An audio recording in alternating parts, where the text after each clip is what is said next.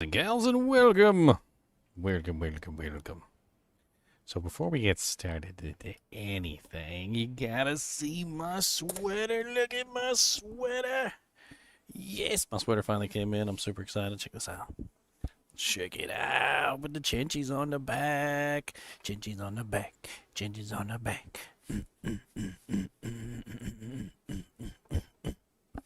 I like it. Turned out amazing. Too far away from the cord. It turned out amazing. I'm super excited about it. We're going to be getting into some theory crafting today, by the way. If you can't tell by the title. And also the fact that I have the build planner up on Diablo 4.life. And we're going to be diving into some theory crafts. Let me kind of like outline what I'm thinking about doing today.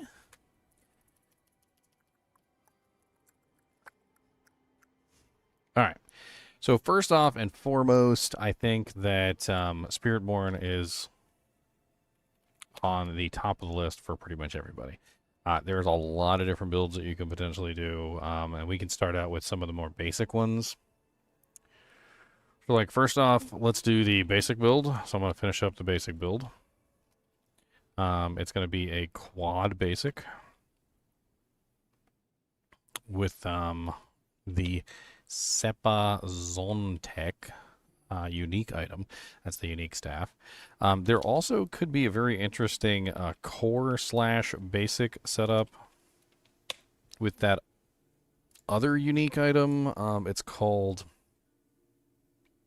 Rod of Kepeleke. And that seems like a really fun one to build an entire character around the Rod of Kepeleke. Kepeleke. I like the names of the uniques. They're really good. Obviously, a Thorns Gorilla slash Centipede hybrid seems like a really good play. In fact, we'll have to see if we can set up like a really beast Thorns build. I have no clue whether it's going to work or not. I'll be perfectly honest with you. I don't know. But since I haven't actually played any of these characters, most of the stuff is going to be, what's the term? Like purely in my mind, just me thinking about how these characters work and, you know, trying to get the theory crafts into a acceptable state. Obviously, when you get into the game, you're going to have to make some changes. But at least you'll have a good starting point, a good launching point. Next, I mean, a pure Jaguar, so pure Jaguar sounds really fun. Just doing like a pure Jaguar build. I certainly don't see any problem with that. That should be a really fun setup. There's also this really neat helmet that I think can make a very interesting build. It's called the Harmony of Ebiwaka. And the Harmony of Ebiwaka is a very interesting helmet that has to do with triple spirit bonuses, which is scaling. So it's got, so let's just call it the Harmony of Ebiwaka build. That's what we'll call it, the Harmony of Ebiwaka build. Let's also do a pure centipede slash poison build. So it'd be a pure centipede poison. That should be really fun as well, doing a centipede poison build. And I mean, there's so many fun things that we can play around with. And it's kind of like just a ridiculous amount of stuff. The non, like Spiritborn classes. I mean, I've theory crafted like to hell and back, tons and tons of builds. There are some new builds that you can definitely make. Like, I mean, I could write down here a mighty throw barb. Obviously a dancing knives rogue. A Soul Rift Necromancer, utilizing all the new skills, obviously. The Druid gets the Stone, was it Stone Crush? I can't remember the name of it right off the top of my head. What is the new ability called for the Druid? Stone something. It's the Stone Crush, Stone something, Stone. Stony stone stone. Your mom's a stone. Stone burst. That's what it is. Stone burst. Okay, so we can definitely try and play around with like a stone burst build. I would also like to see if I can potentially make one of my builds even better, which is my try basic druid. There's actually a couple new items and things that can definitely make the build even stronger. I'm actually kind of excited to see how the try basic druid could scale even further than he currently is. Might be just a rework of what I've already got on hand, but we could definitely take a look. The earthquake barb that I built in PTR probably still would work, I think, maybe. So earthquake slash dust devil barb. I could play around with him and we can see if we can get him back up and running with like the rune words. Of course, we've got the rune words to deal with, so that's like a whole thing as well. Let's go ahead and delete this. So Spiritborn, we've got Necromancer, Druid, Try Basic Druid, the Earthquake Dust Devil, Barb. There's also that, what is that, that ugly bastard helmet, the ugly bastard helm. That one is like a fire build, so fire builds. That one could be very interesting. Possibly, we'll type Hellhammer, question mark, because Hellhammer is also fire damage. So many fun things to play around with. Do do do do do do do do do do do.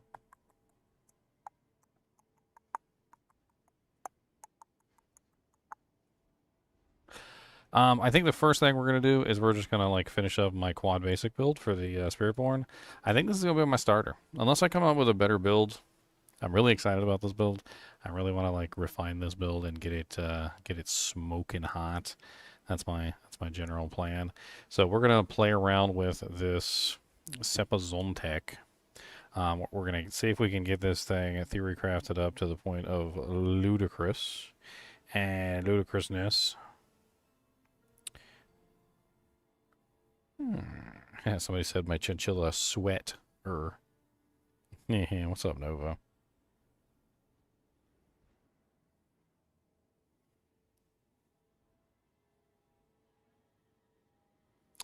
All right, so first things first, let's get the gear in order.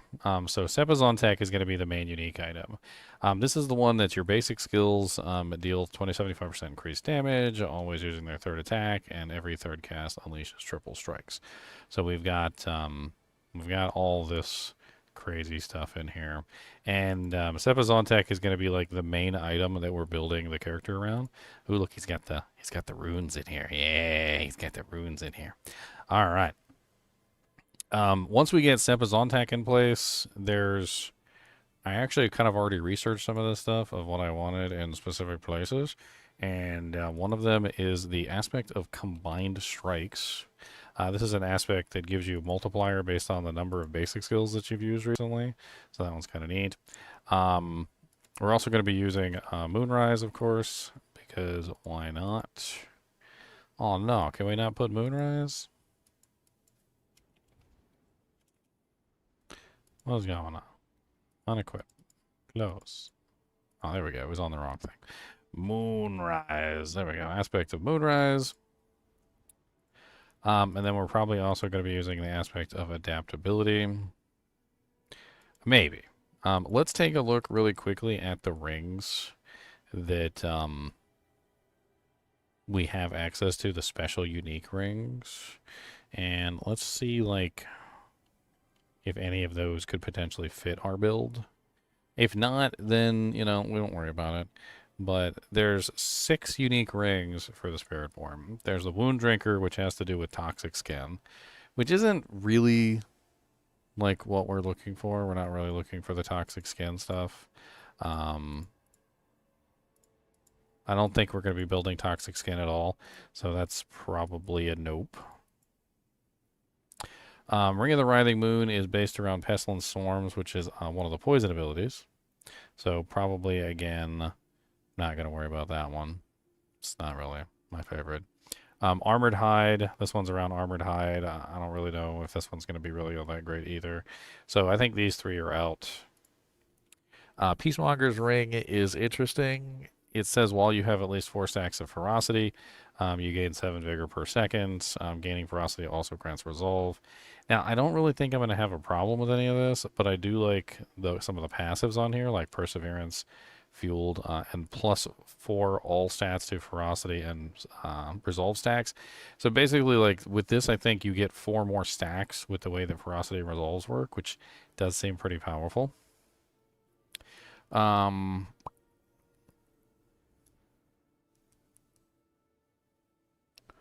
I don't know. I don't think any of these are really what we're looking for our build, so I think we're going to pass on these. For our last piece of equipment, I was actually really hemming and hawing between 2 pieces of equipment. So there is... Oh yeah, there's the craze of the dead god. Not really sure about that one. And where is that one aspect? It's called... There's so many fun aspects in here for the Spiritborn. A lot of fun potential. But the one I was really looking at is the one that has to do with payback, I believe.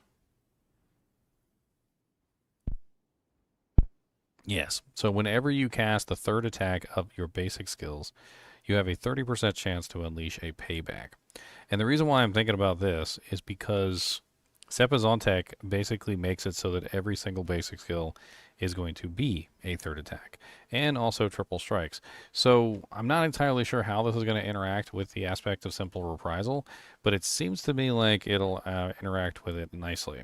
Payback is an interesting ability which I'm going to be using on this character.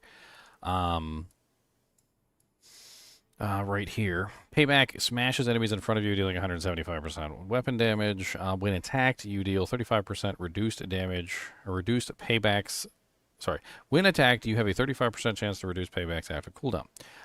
Each time an enemy attacks you, the damage that they take from payback is increased by 5% for 60 seconds, up to 100%. Payback passively grants you vigor when you take damage. Payback is now a core skill and consumes all available vigor to increase its damage by 0.5% for each point spent. So the general idea here is that I want payback to be kind of like firing on its own, essentially. And with the poised payback, it's going to get a multiplier for all of my vigor that I currently have. As a basic skill build, obviously with 4 basic skills, I'm going to have a lot of extra vigor. So I shouldn't really have to worry about it all that much, and I want payback to just be kind of like firing off on its own, essentially, whenever it has an opportunity. So it's going to smash all enemies in front of me, essentially, and this right here means... Oops, that was not the right window. That was not the right window. What it means is that we've got free, basically, attacks, like 30% chance. We're getting 3rd attacks all the time with this build, right? So Seppa's on Tech is going to get 3rd attacks with this build constantly. And we have the aspect of simple reprisal is going to allow us to get those 3rd attacks with a 30% chance to unleash payback every single time we're attacking. We're constantly using Thrash, Withering Fist, the Thunder Spike, and the Rock Splitters. We're constantly just like blowing through these constantly. So every single rotation that we've got, we're attacking as fast as we possibly can because we got Moonrise. We're going to be utilizing, obviously, ferocity stacks through Thrash. We're going to get resolve stacks through Rock Splitter, and we're also going to get the poisoned enemies through Withering Fist. So everybody's going to be poisoned. We're going to have ferocity. We're going to have resolve stacks, and this will just be constantly going off as we're attacking with all of the basic skills. So it should be pretty powerful. There's also some other neat items that I was thinking about using. Very neat items indeed. Let's see here. There's so many aspects for the new class, but I did go over some of these in advance.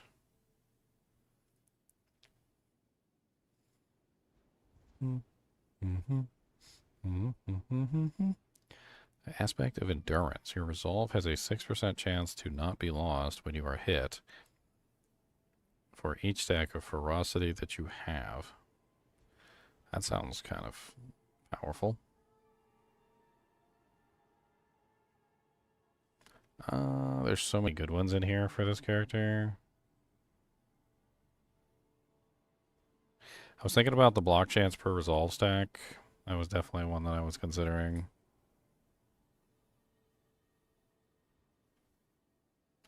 Rushing Claw extends the durations of your active incarnate skills by 1 second up to 10.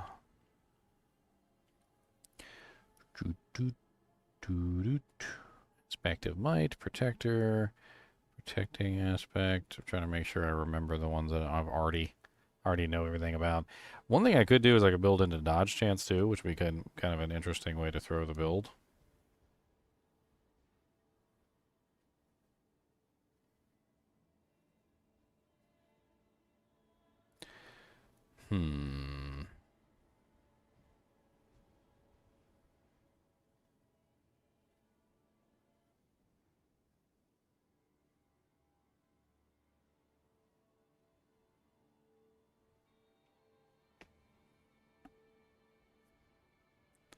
I was thinking about this one, which is the blocked damage reduction aspect of the layered wards.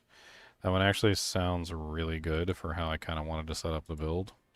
And that'll give me an additional 30% damage reduction while I have an active barrier, which basically means I just need to make sure that I have an active barrier. I wasn't really planning on using Soar.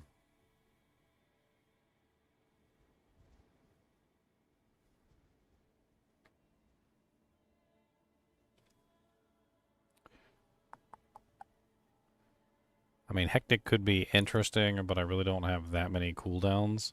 I'm going to be using two abilities. Ravager, which is unleashing a savage roar, causing each of your attacks to trigger additional damage strike per enemy over 6 seconds, and Payback. And they are both cooldowns, but they're relatively short cooldowns.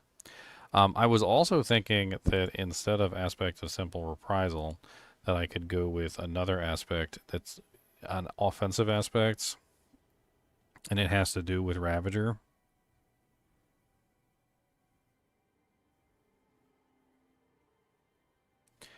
Ravager basically is a ability that you cast, and once you cast it, you get a bunch of like free strikes.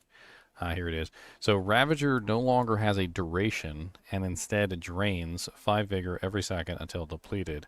Effects which extend Ravager instead generate vigor.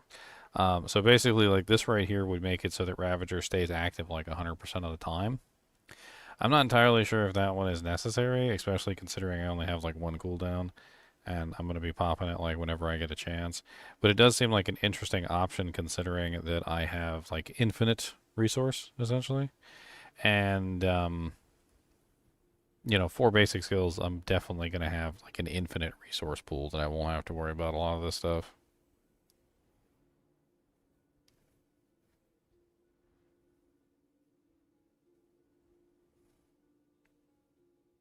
I keep looking over at my chat to see if it's broken. Nobody's talking today, I see. There's so many good ones in here for blocking too, and I was considering going with like a blocking build.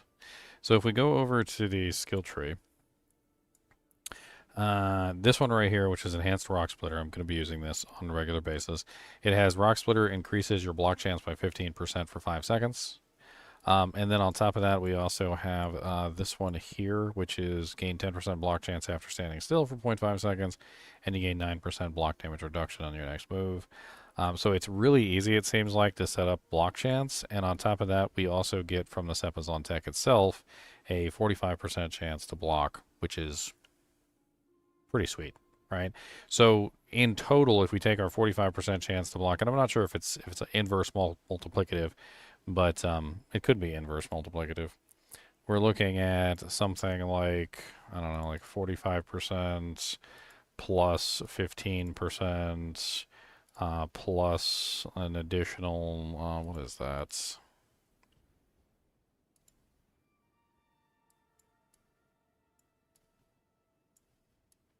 What is this? Another 10%. So assuming that that's the case, so plus 10%. So we're still looking at like a 56% chance to block, which is pretty ridiculous, to be perfectly honest. Let me close out some of these. Got so many windows open. There we go. That's more like it. And there's a lot of really interesting block aspects too.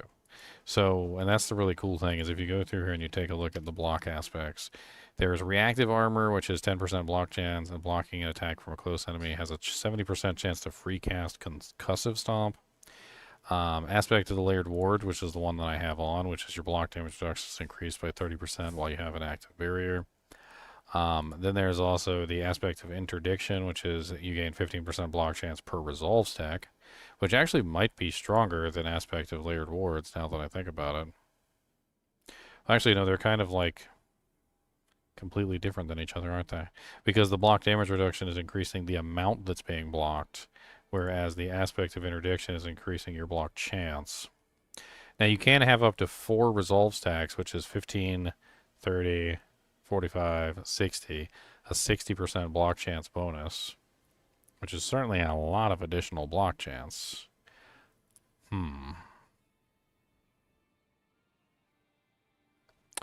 There's also some pretty interesting aspects called like the bristleback aspects. The bristleback aspect is an interesting one, which is where when you dodge or block an attack, you trigger a 100 to 160% thorns attack against the attacker. So that one can be really handy if you set up like a dodge or a block build and you're trying to do thorns. In fact, we're probably going to do a thorns build later, and I can almost guarantee you that bristleback is going to be in the build because it just doesn't make any sense not to. It's too powerful. Payback now echoes forward and additionally deals 140% of your thorns damage to enemies. Well, that's interesting. Especially considering you can get free paybacks from the third attack of your basic skills. That looks like a really fun Thorns version. Anyway, let's not get sidetracked by the Thorns version. What exactly are we going to throw here? That's the question.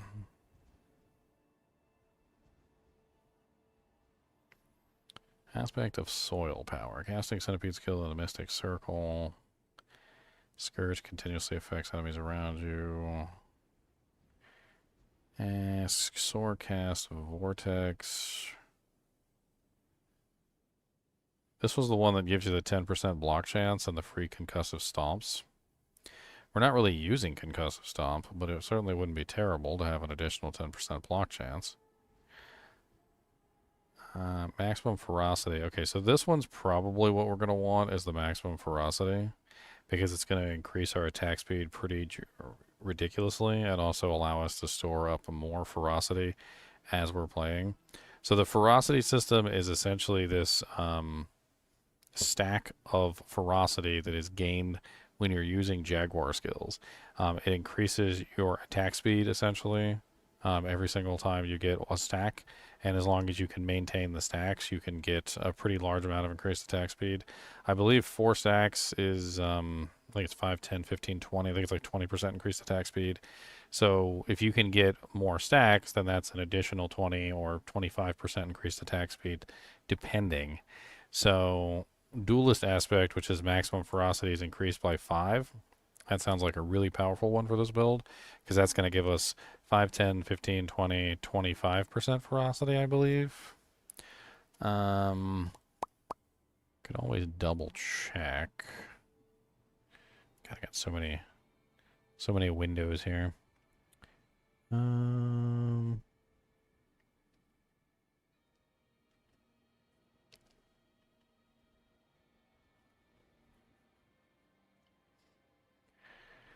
Ferocity.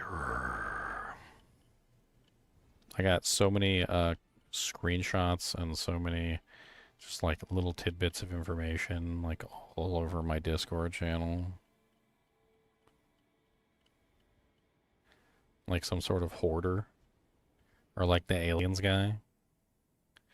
How long till Vessel of Hatred? It's right up there. Mew 2, it's right up there. Take a look above my head, silly butt.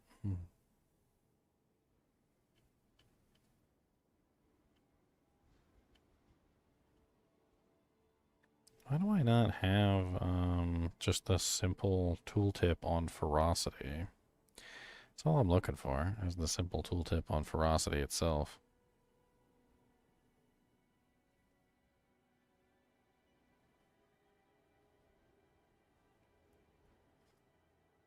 Also, for those of you who need a daily dose of my equilibrium. About the shells, my equilibrium destabilized. My equilibrium destabilized.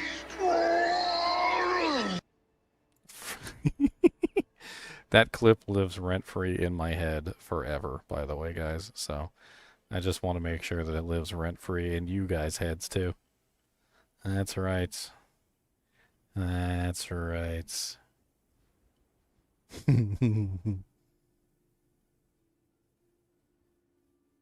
I just happened to see it in Discord and I had to pull it up.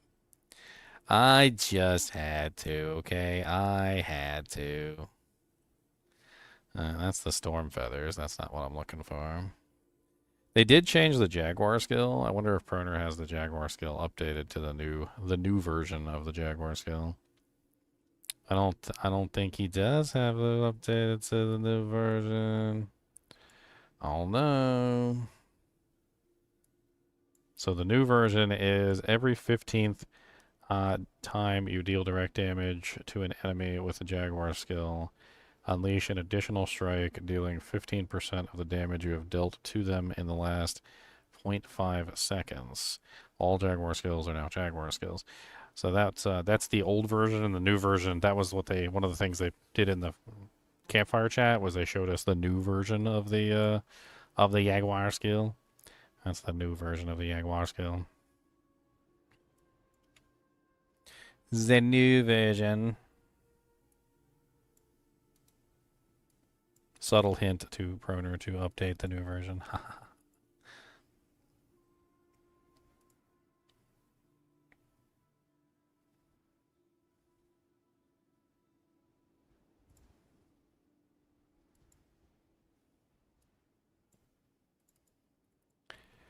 Sending it to him. Haha.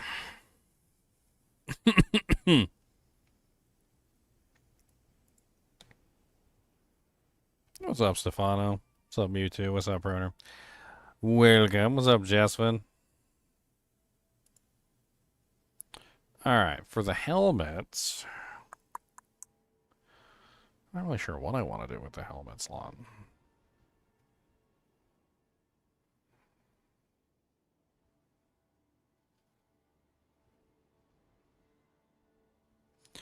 I'm thinking of Harmony of Ebiwaka. The Harmony of Ebiwaka. I think we go with Harmony of Ebiwaka. I think that's the play. Because we get each spirit type, a skill has its damage increased by 50%, right? So if we do this the right way, so if we grab the Jaguar spirit and we get the Jaguar tag, and then we grab one of the other spirits, it doesn't really matter which one we grab, to be perfectly honest, because the thing is that we're going to be using all four, so what does it matter? We do have 2 gorilla skills and 2 Jaguar skills. So maybe the answer is to do either Eagle or Centipede as our secondary. I'm not entirely sure. Well, let's look at the bonuses again. The maximum resolve is increased by 2. When you have at least 5 stacks of resolve, you are unstoppable. Heal 1% of your maximum life for every nearby enemy you have poisoned within the last 3 seconds, up to 5%. For every 4 meters you move, your critical strike chance is increased by 4%. This bonus is reset 2 seconds after you critically strike. can see why I chose the gorilla. Hmm.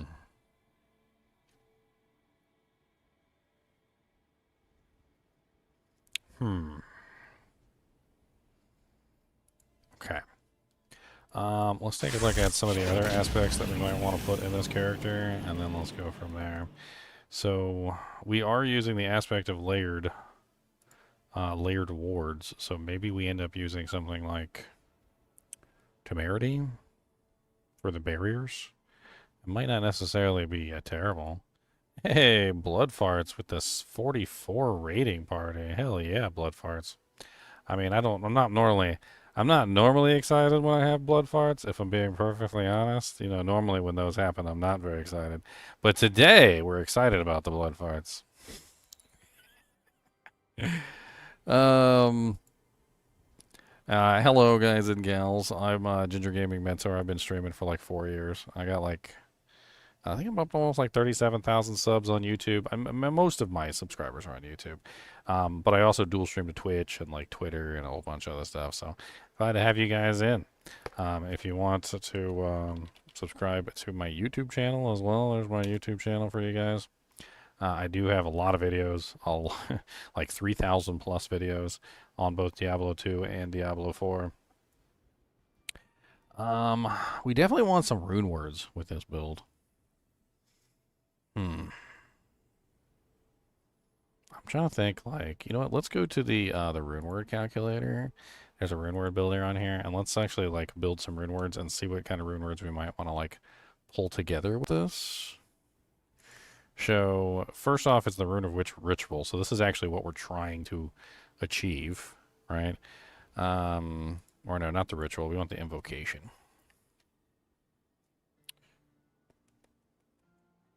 I mean, we could go with Earthen Bulwark for free barriers that way. I do feel like this build would strongly benefit from those +3 skills if we could get those +3 skills on a regular basis. So that's not terrible.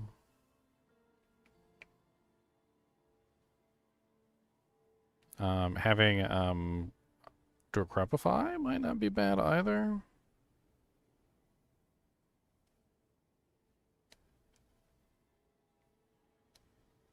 We're not using an ultimate, so we don't really have to worry about that. The Spirit Wolves are definitely fun. We could also have Mystical Frost Nova, giving us free... I don't really know about that. Dark Shroud could be fun for the damage reduction.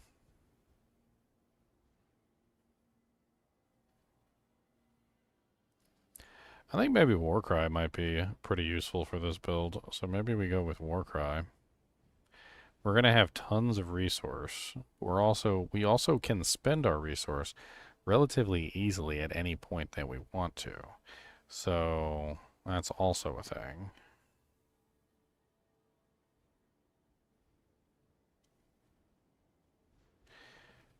Cax might come in handy as well, which is your next non-basic skill cast. It spends all of your primary resource to deal up to 100% increased damage. So the only thing that we're going to be spending on is payback anyway. So this would allow us to get a huge additional bonus on payback so that every time payback fires, or every time we fire payback, that it's going to hit like a Mack truck essentially. Which doesn't exactly sound like a bad thing.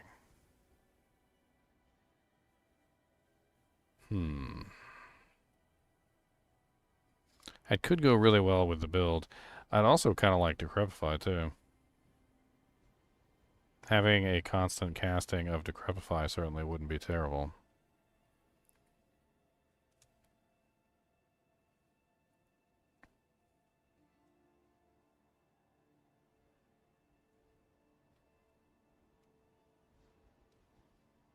I'm thinking maybe we go with the Vex, which is the +3 to all skills.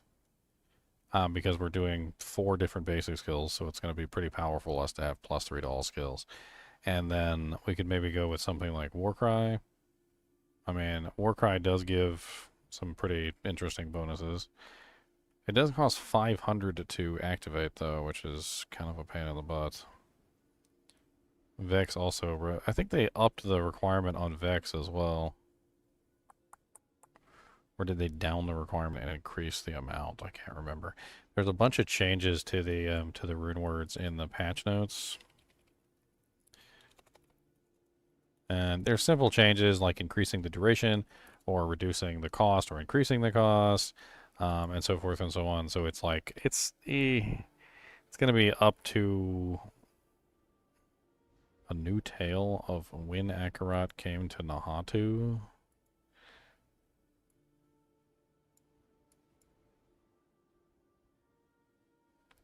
By Matthew J. Kirby.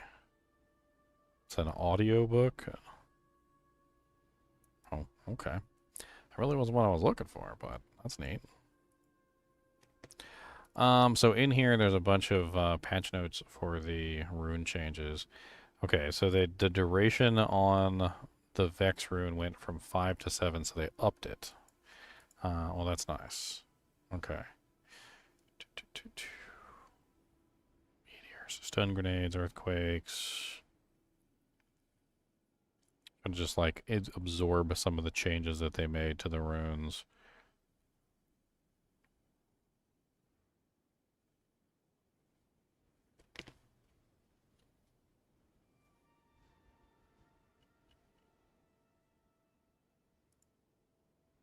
I mean, it does sound like Vex would be a really good choice for this character. So let's go Vex. Vex is the Hodo. Look at that, Vex. Why are you not here? I guess I gotta choose the ritual rune first. Cast the skill after moving. Spend 5% of your maximum resource. Travel 5 meters. Cast and evade. Cast an ultimate skill.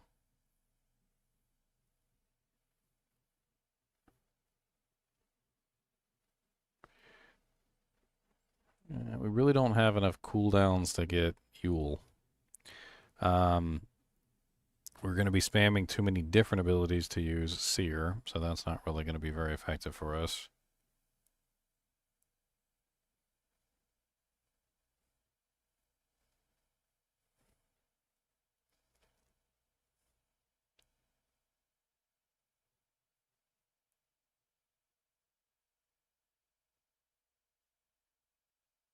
Cast a non-channeled core skill, which is only, what, 25 offering? That's not going to be very, that's not going to be a lot.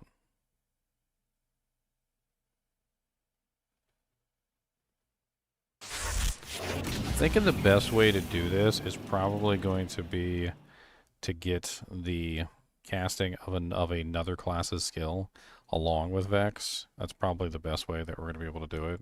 So what we'll have to do is we'll have to go with Zol, which is evoke a power from another class. And then once we go with Zol, then we won't use Vex for this because Vex has too much of a higher offering. But instead, we'll go with the one that is Decrepify.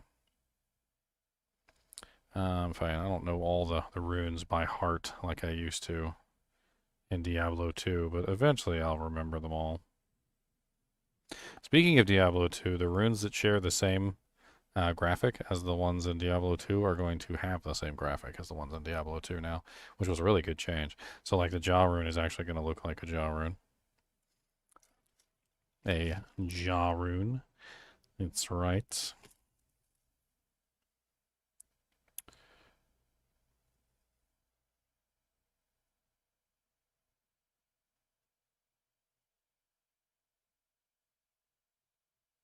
So there's Iron Maiden, Decrepify. All right. So now that we have this set up, where oh, I did this the wrong way, didn't I? I did do this the wrong way. Oops. So we need a way to cause the Decrepify to proc, and then when the Decrepify procs, it'll cause the other one to proc in return. So it'll be like a loop. And inflict crowd control. Let's do. Where's the Neo rune? I think the Neo rune could probably work here.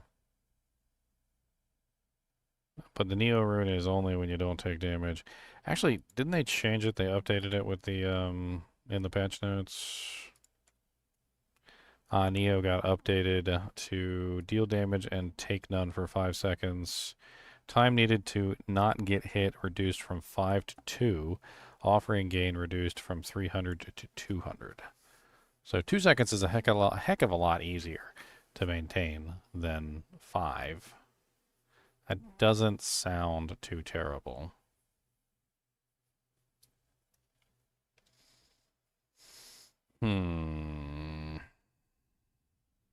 That sounds good. We'll do Neo. So let's do Neo for this one. And then in like the pants or something, it doesn't really matter which slot. We're going to do the cast another skill, which I believe is Zol. And then we're going to do Vex, so Zol Vex. So basically how it's going to work is we're going to use the Neo to proc the Decrepify. And every time the Decrepify procs, it's going to add offering to the Vex rune, which is going to get us the +3 to all skills. So it should work out really nicely in a nice loop, where basically as long as I'm getting Decrepifies, I'll constantly keep getting the +3 to all skills, which should remain active pretty much all the time. What armor do we want for this guy?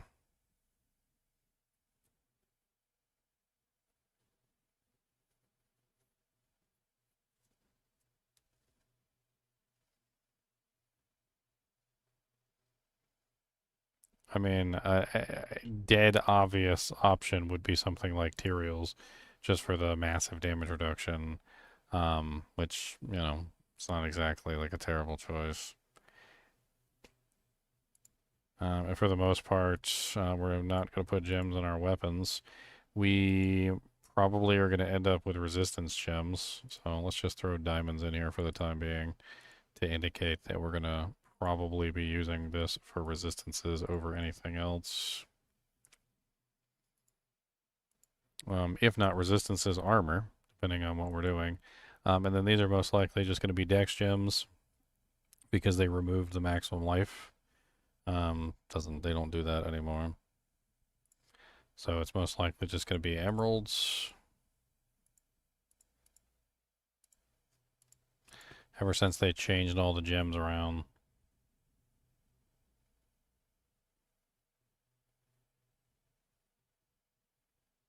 Yeah, rubies don't give maximum life anymore. That's something that they took away. Rubies give strength now. Amethysts don't give strength anymore. They give something else. I can't remember. They swapped everything around. Okay, so we're definitely going to use the Jaguar Spirit. And we're definitely going to use the Gorilla Spirit. I think that's pretty good. Overall, the build is looking spicy. Let's double check the skill tree. I did already kind of plan this out on a previous stream, but let's see if we can get this even better.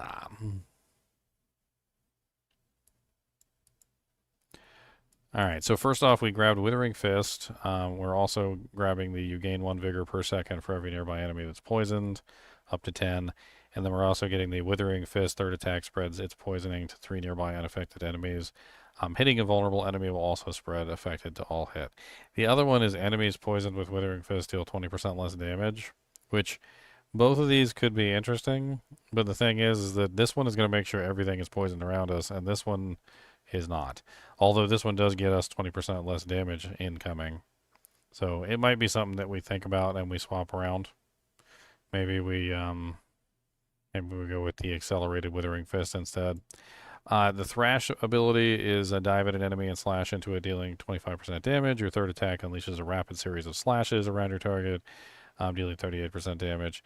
And then we've got Enhanced Thrash. After killing an enemy, your next Thrash generates 10 additional Vigor, up to 10 casts of Thrash. Thrash's third attack grants Ferocity. So the reason why we definitely want to go with this one is because it's going to be like our only way to gain Ferocity is through the Thrash ability. And we want as many stacks of Ferocity as we can get with this particular build. It's definitely going to help us out a lot to have the stacks of Ferocity. The Eagle ability, which is Thunder Spike. This one is also another dash. This character is going to be kind of crazy because they're all like dart and jab, dart and dive and slash, quickly jab forward and pierce, rush and target and clobber. Like there's going to be a lot of moving with this particular build. I went ahead and grabbed this one because it's a pull-in. So the Thunder Spike is going to be our pull-in ability, and every time we use the Thunder Spike, we can get the pull-in coming in. So we're going to be constantly pulling in enemies and knocking them down, which is definitely going to help for our total, like just sucking everything in and destroying stuff. We can use this anytime we want to. It's a basic ability. It's going to be part of our rotation, so we're just going to be constantly pulling in the entire time we're doing a rotation. The other side of this is the when you evade, you attack with Thunder Spike along the way and make enemies vulnerable for 2 seconds. But I feel like the pull in is just like way better. And similarly to Sharp Thrash giving us ferocity, Rock Splitter is going to be giving us resolve through the second enchantment, or enhancement, which is Rock Splitter increases your block chance by 15% for 5 seconds, and when you block, you gain 11 vigor. And then I also grabbed the Rock Splitter's third attack knocks enemies back and grants resolve for enemy hit. I don't particularly like the knockback, but I do like the resolve. And having the resolve come in, with same way with the ferocity, means that we're going to constantly be getting resolve stacks, and it's going to help us, help our damage reduction in general. You can get up to like it's 4 dot resolve stacks, which is a lot of damage reduction, and you can get up to 4 ferocity stacks, which is a lot of attack speed. We're pretty much completely bypassing the core skills. We are grabbing the follow-through ability, though, which is your basic skills deal 15% times increased damage, double this for third casts, and Sepazontek, the unique item, makes all of our abilities third casts. So we get double the bonus for that, and then Sepazontek also comes with a pretty high amount of follow-through passive ranks, which means we're sitting on somewhere around like 90% times. I mean, it's kind of crazy how much additional bonus that we're getting from this. Because if you take a look at the Sepazontek, it says 2 to 3 follow through, although the one that I have from the campfire, which they said was the latest version, is like almost, I think it's +6, which is kind of crazy.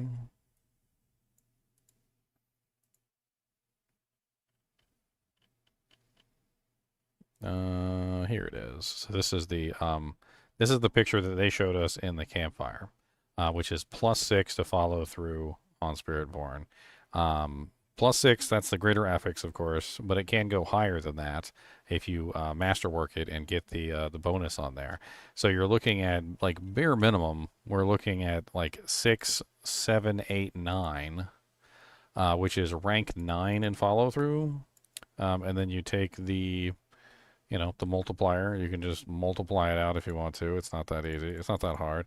So 15 per 3 ranks, so times 3 more gives you 45%, and then times 2 is 90% multiplier just for the 9 ranks that you're getting from the weapon. So a 90% multiplier for the third attack essentially, and all attacks are going to be third attacks.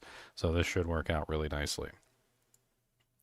And then down here I grabbed the Apex ability, which gives me additional damage when monsters are vulnerable. I'm not entirely sure I have any way to make monsters vulnerable, though, now that I think about it. Maybe that's something that I can work on through a mercenary. There's really not a lot of good ways to make enemies vulnerable, like, on these abilities. The Eagle abilities have a lot of vulnerable on them, though. 100%. How OP is the new class going to be? I think this build's going to be ridiculous, Hot Wheels. I'm definitely going to have fun with it.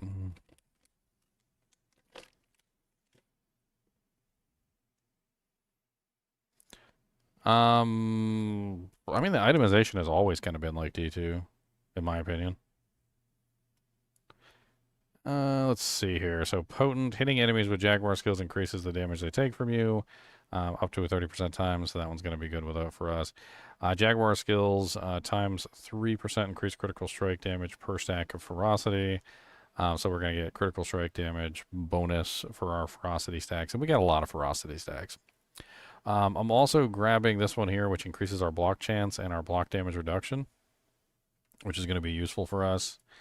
And actually, I'm not entirely sure if we can even use this because everything, all the basic skills are like darts and jabs. It probably won't work. We might have to pull those points. And then I think I was going to grab, I was really kind of like in my head trying to figure out which one I was actually interested in.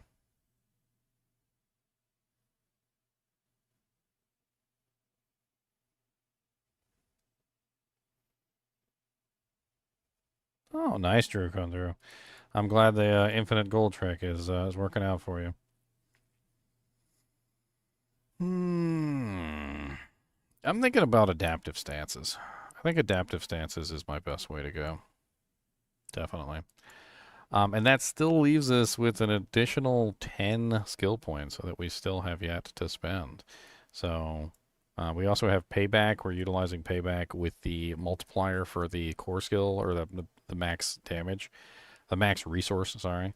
That way we're getting a lot of additional damage by spamming payback. I was also planning on going with Ravager for the free extra hits. Because basically what it does is it gives you active unleashes a savage roar, causing each of your attacks to trigger additional damage per strike or damage strike per enemy over 6 seconds. So like just having this active while we're spamming all of our other abilities is going to just give us more damage in general, which should work out nicely. I was thinking about grabbing this, which is 3 ranks of Perseverance, which is 1.5% additional damage reduction per stack of Resolve. That way, when we have stacks of Resolve, we can maintain that easier.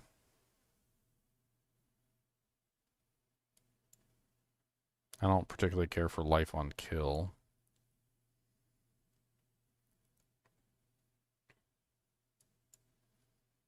You got Gorilla bonus.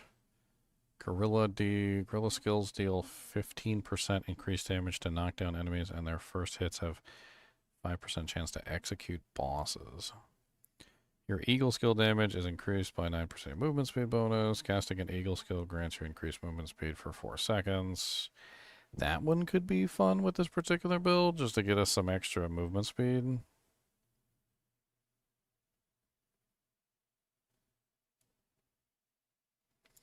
The new class is the Spiritborn. It's kind of like the Monk from Diablo 3, combined with a Power Ranger. Literally combined with a Power Ranger. I'm not even joking. There is no jokes. No jokes have been detected.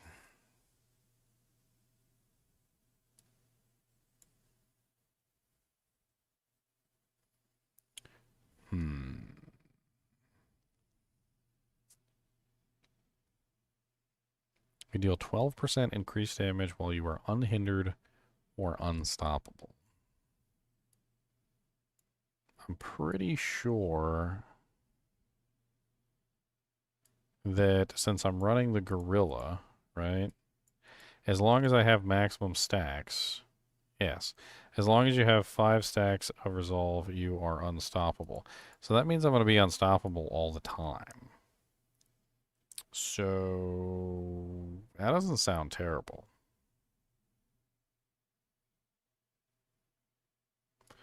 That could be an option.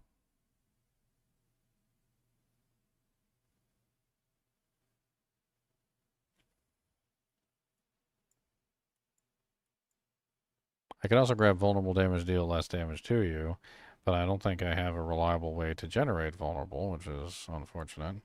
I'm also not using a basic skill.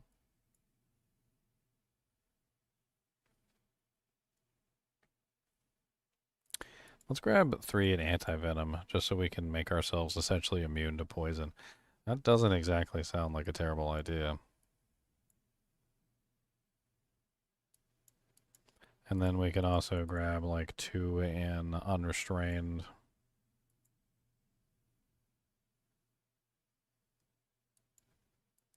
Do we really not have... I mean, we could probably find a way to add vulnerable into the build, but we really just don't have any way to make the enemies vulnerable. No vulnerable, no vulnerable. We can't use that one because we want to pull it.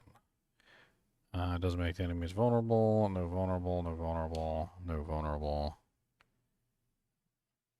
no vulnerable. And that one has a modifier for vulnerable, but doesn't actually apply vulnerable. Thrash doesn't make the enemies vulnerable. Ravager doesn't make the enemies vulnerable either, does it? No, it does not.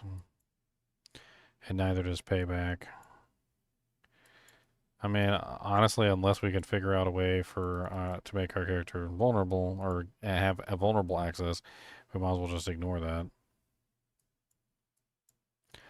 In which case, we might be better off with something like Auspicious, which gives us a barrier whenever we don't take damage, which isn't a terrible idea. And I think we've got our character built. Let's go ahead and choose our mercenary. We could get potentially some vulnerable through the mercenary. That is an option. Let's take a look at some of the mercs and let's see if we have like an interesting way that we could potentially add in some vulnerable to our character. I think this one actually has like a passive.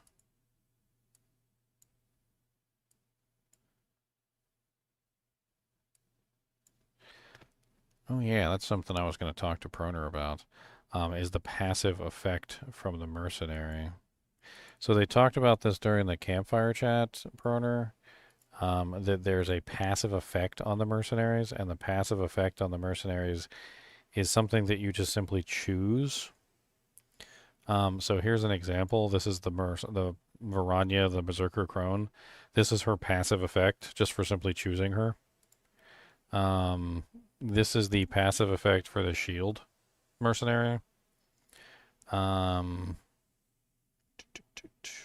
This is the passive effect for the Forsaken Child. And what do I mean by passive effect? I mean it actually like just affects you just for choosing that bounty hunter. It just affects you in general. What am I missing? I'm missing one. I'm missing Subo, aren't I? Yeah, I'm missing Subo. Here's Subo's right here, the Seeker. Subo has an interesting one which reveals all the enemies and materials in an area, which is really cool.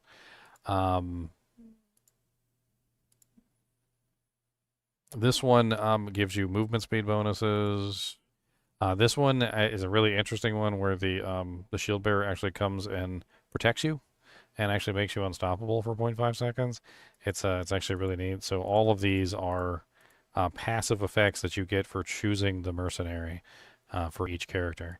And this one right here, the Curse of Darkness, is you and nearby enemies become vulnerable. So I could potentially just have permanent vulnerability if I choose the Oldkin, but I will also be permanently vulnerable, which is definitely a very hefty like payment there.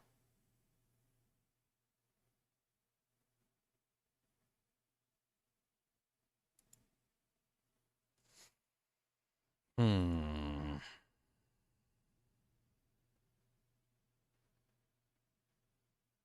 All right, let's do this for this guy. Let's do Subo for the main mercenary because I really want to play around with that. I really want to play around with this reveals all enemies and materials in the area. It sounds kind of fun. And then we'll do for the reinforcement, we'll do something else. So this one is. I was thinking about just going with the traps.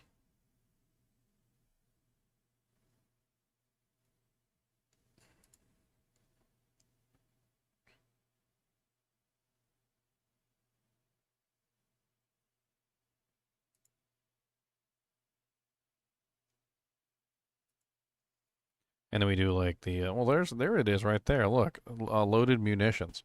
So Subo's trip mines scatters 3 explosive traps to each arm after 1 second. When the enemy moves within range, it explodes for 300% physical damage. Loaded munitions, subos, wire traps, and trip mines inflict vulnerable on enemies for 5 seconds. That could be the key to getting me vulnerable. Tie it together with something specific.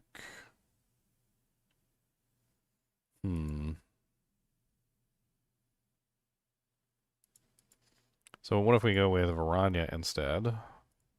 Then we go with Subo. We grab the... Oh yeah, that's something I wanted to ask about, Proner. Why does it black out the skills that are on my tree? I think it's a glitch.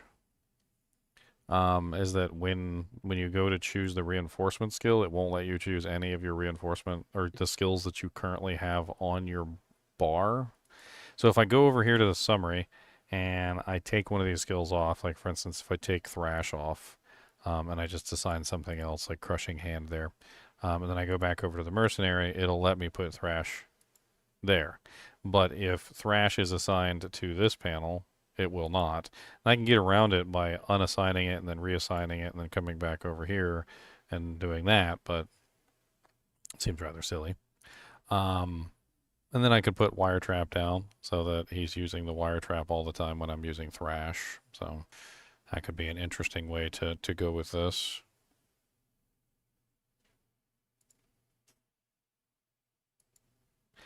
I think that's good.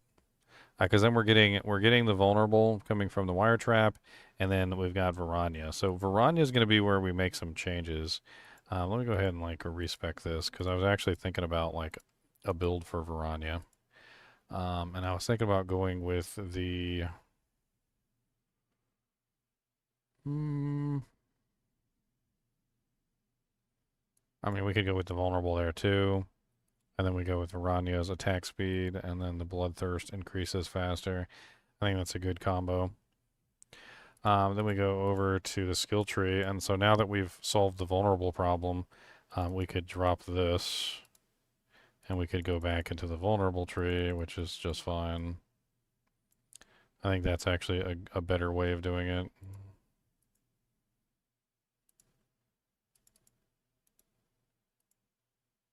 Yeah, I think that's fine. All right, so now let's take a look at the Paragon board.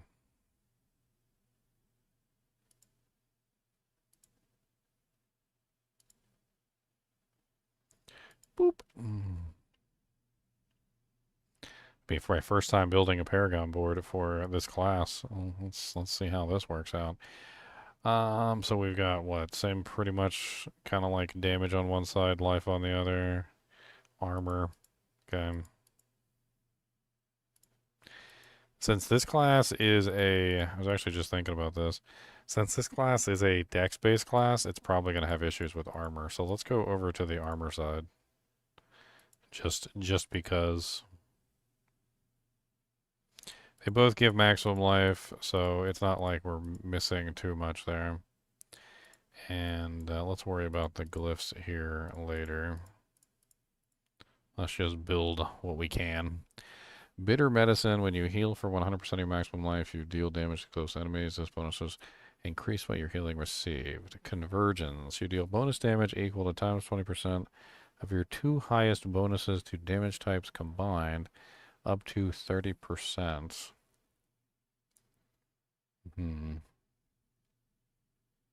you dodge or block an attack, you gain 2% increased attack speed and 1% increased damage.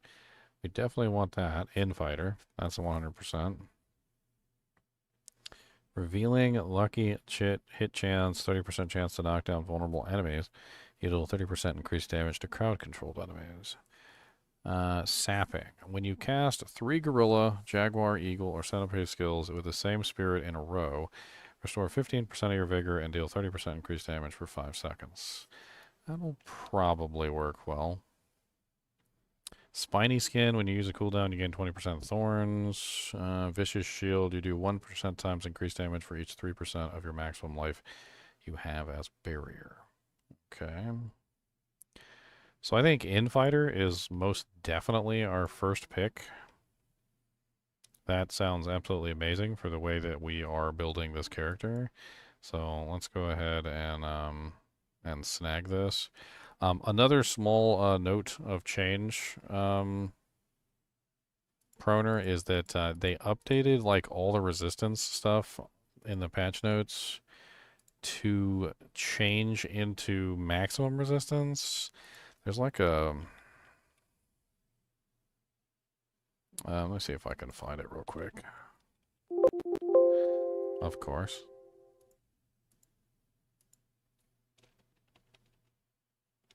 There it is right there.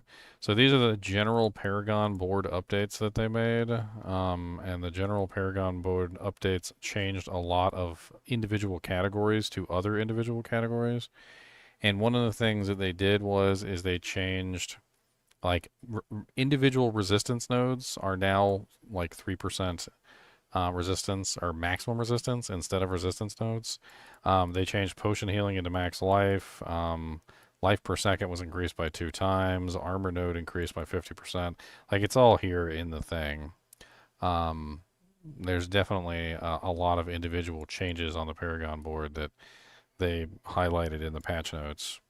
Um, Also, I'm not exactly sure why, but like some of these still say 100% fire resistance. I don't know why.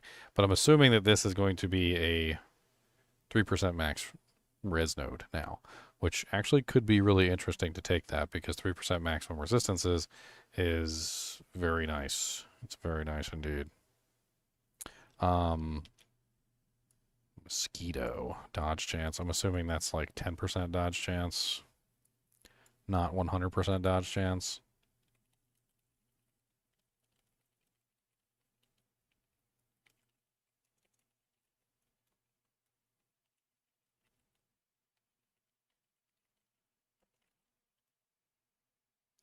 Can you gear the mercs? Um, you can assign the skill tree to the mercs. I don't think you can gear the mercs. You have 4 skill points that you can choose to like basically set up the mercenary how you want them to be. What do I go with? I don't know if I want to go with dodge chance. Let's go with the max fire res. I like the idea of getting the max fire res.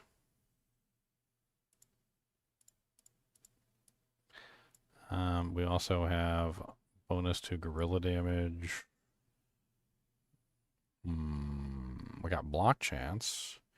I like that. And then this is damage in life. I mean, we're definitely going to come up here to the glyph socket, so might as well.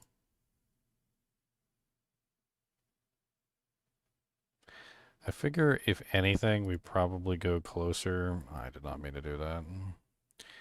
God bless it.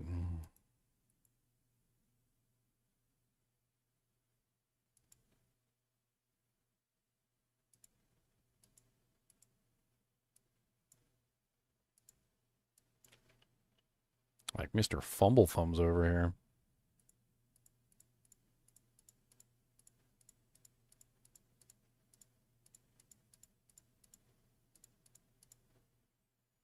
Let's definitely go to End Fighter. You know, let's take a look at some of the glyphs real quick, because I don't really know a lot about the glyphs for the Paragon board for this character yet. Eagle skills deal times 15% increased critical strike damage.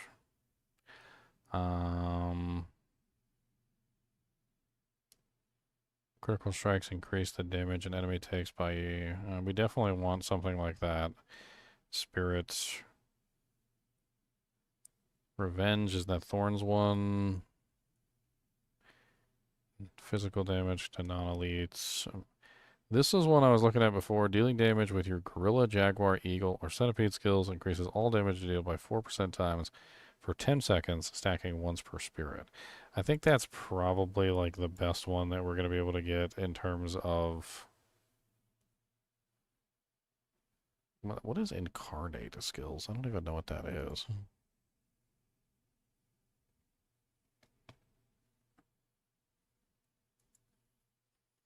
Do we want to put this one here?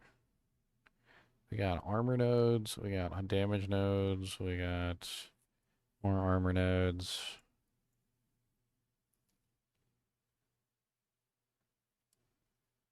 I mean, I don't think it really matters where we put this one. So we're just going to grab like every dex node, basically. In fact, it's probably going to change the pathing a little bit. So it's going to look like this instead.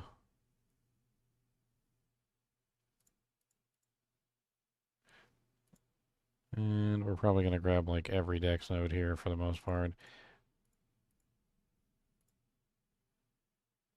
Actually, no, this is not the one that benefits from having more dex nodes, is it? So you only need like the basic number of dex nodes. What am I thinking?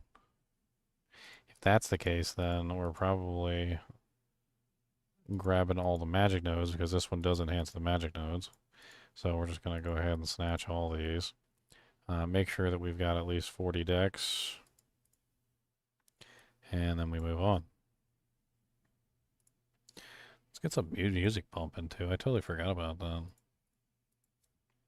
So we got something to listen to while we're theory crafting. Sometimes I forget.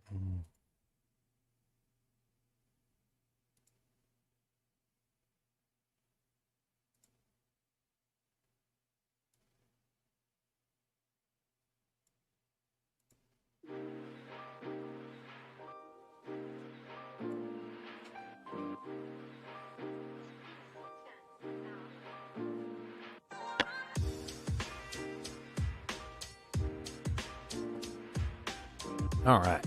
So let's go back to the fire res nodes.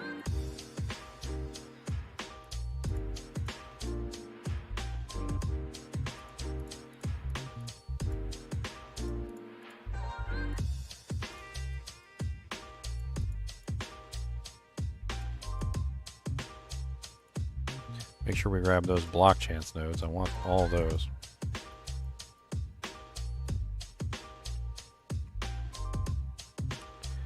Now, we're not necessarily focusing on physical damage.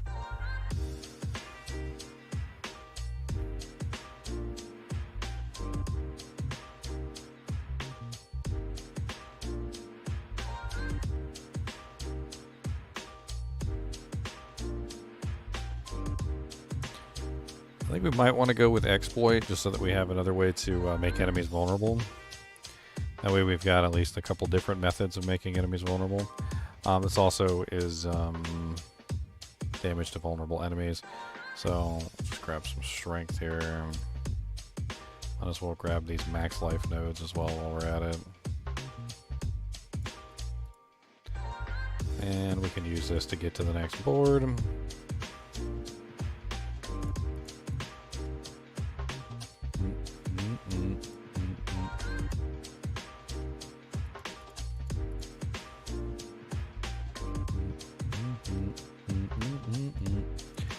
Alright, I'm not exactly sure which ones to do here for the next board. After moving 10 meters, you deal 3% times increased damage for 10 seconds. This can stack up to 10 times. I feel like this is powerful and could be very useful for our builds.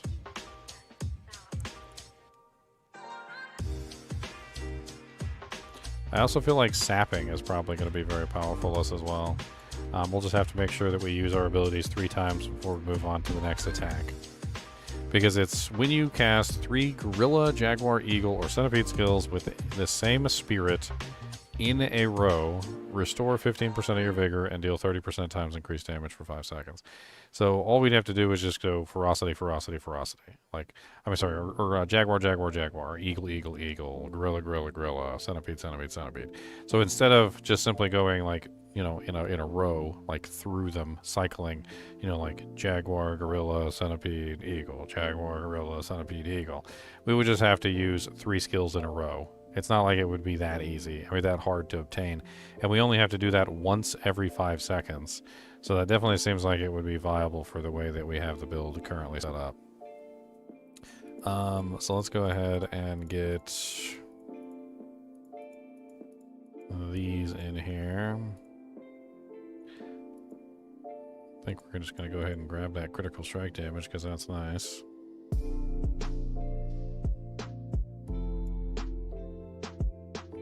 all res. All res is certainly not terrible. We could bypass this node, grab the all res on the way through, and use this to get to the next board. And then we're going to come up here, and we probably grab this attack speed. I don't see any reason why not. Attack speed is very nice. We got a little bit of dodge chance while we're at it.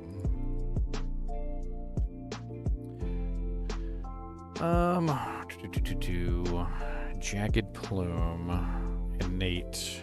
I wonder if there's anything in here that's for basic. Nope, nothing in there for basic.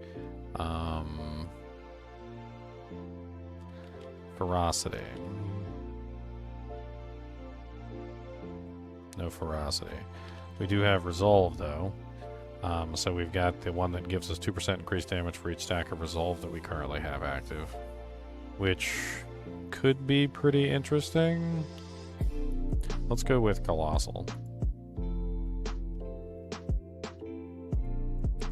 And then for this one, we're going to do 9% increased damage to close enemies. So we need strength.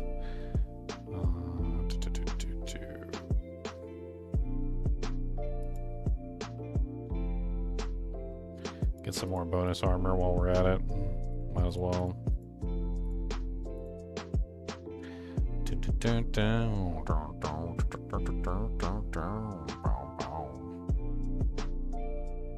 There's like no strength within this frickin' radius.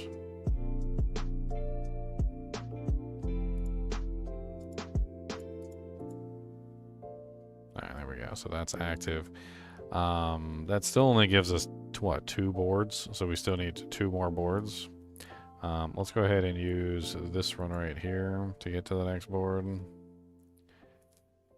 I don't think Viscous Shield is going to help us out all that much because we don't really have a lot of barrier coming in. We could set up for barrier and utilize Viscous Shield.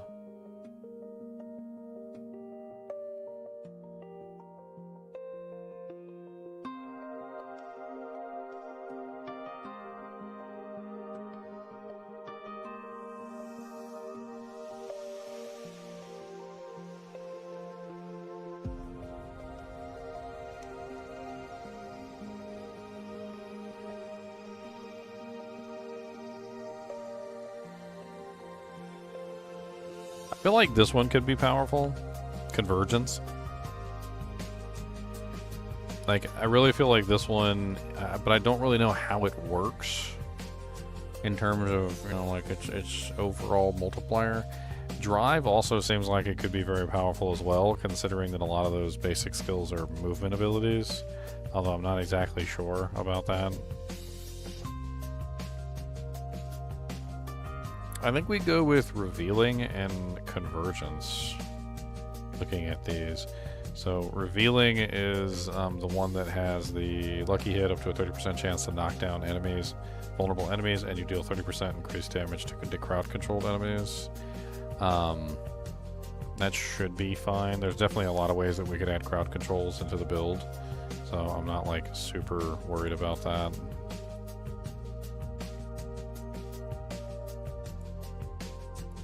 I was thinking about this. Hold on.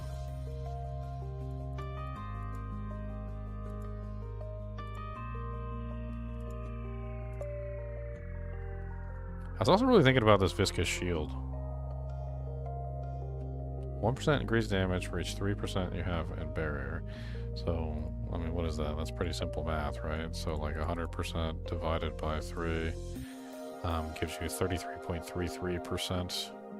So 33% multiplier if you have 100% maximum or barrier.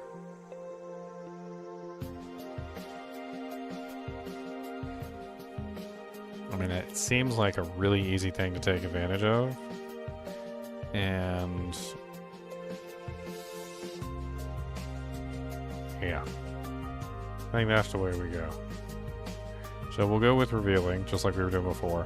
But what we're going to do is we're going to go, we're going to grab the one that's the multiplier when you have the barrier active. I think that's a really good play for this build. Is there anything in here that has to do with barrier? No. Consumption. You deal 2% increased damage for each active pestilence swarm or touch of death swarm. Fester. Your centipede skills deal 15 times increased crowd control. Nah. Skills that critically strike generate 3 vigor. I mean, other than the fact that it has critical strike damage on it, which would definitely be nice to have, we don't need a 3 vigor, but we can dial around back to that. That's lightning damage. Dealing damage with your Jaguar skills increases your critical strike chance by 1% for 6 seconds, up to 10%. That's not terrible. It also increases the damage of all of my Jaguar skills, and everything is going to be a Jaguar skill because I'm choosing Jaguar as my main spirit. So that's probably a really good choice. Let's go with that. Another strength mode.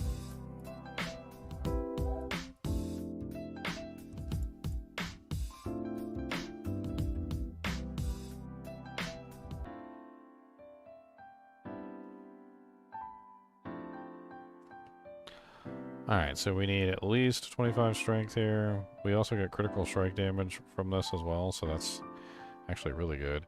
Barrier generation and vulnerable damage. I guess we take both of those. Since we're going to be building barriers for the other one, that sounds like a good plan. We got damage for crowd controlled, life per second, and dodge chance, and centipede damage and vulnerable damage. I don't really know.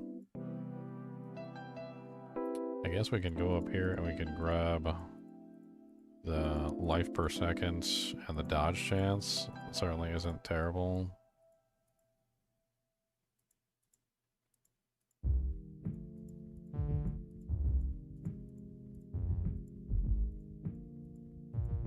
We don't really need the poison damage, but barrier generation certainly wouldn't be terrible.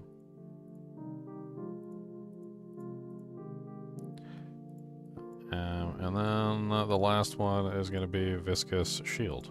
So Viscous Shield is the whole thing that's built around the barriers, and it looks like we got even more barrier stuff. Okay.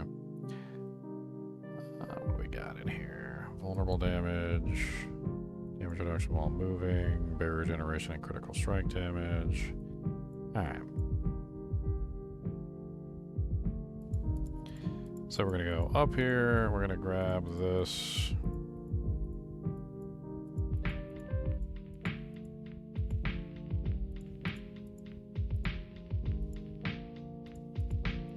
Grab both of the barrier generations and the damage while barriered. And then for the last glyph socket,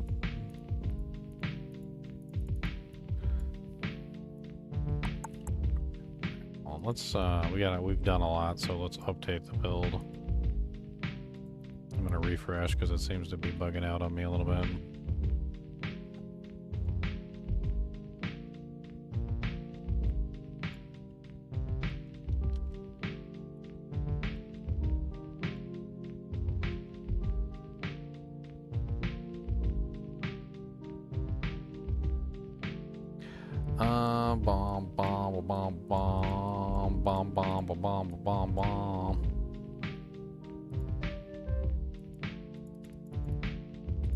Why is it not letting me use my last glyph socket?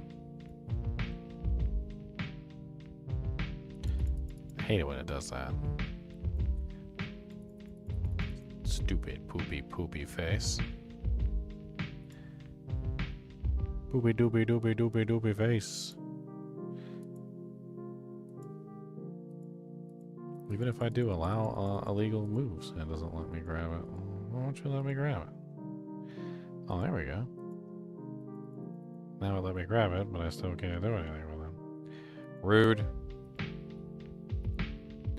I guess we can take a look at one of the other ones.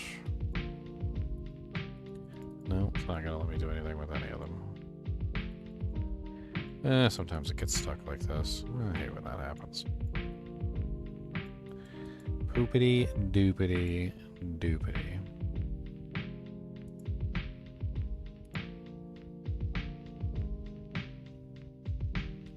that's pretty well done, actually. Let's go back through the skill tree real quick. I want to make sure that I'm grabbing the 3 and the barrier. Yes. Okay, good. If there's anything else on here that I can get that has barrier.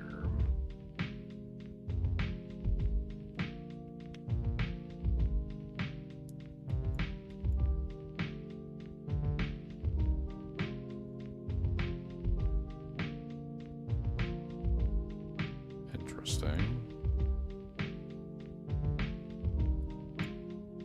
Of course, you also get a barrier from the protector ability as well. I had considered using the protector ultimate, like maybe dropping Ravager and just going with the protector ultimate. Not entirely sure. I do like the passive on Ravager though, increasing the minimum ferocity by 3, which means that I'll have like a minimum ferocity guaranteed pretty much all the time. And then I'm also getting a higher maximum as well, so I can keep that ferocity built all the time, getting a rather huge attack speed bump.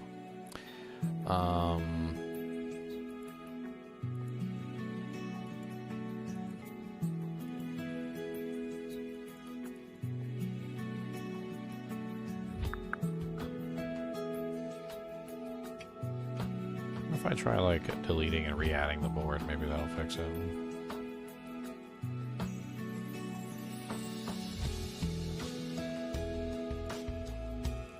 There we go. Alright, so the last glyph sockets.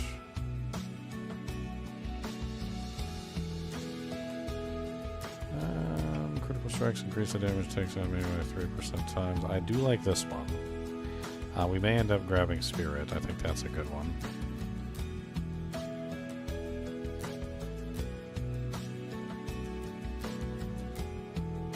I'm not really sure what Incarnate skills are.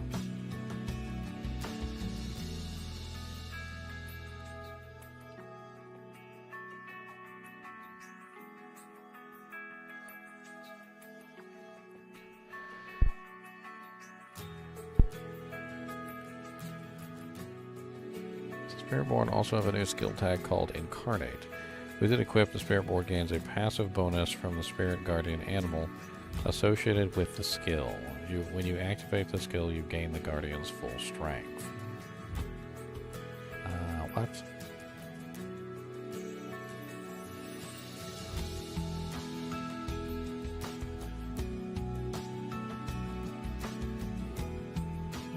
Ravager is apparently an Incarnate skill.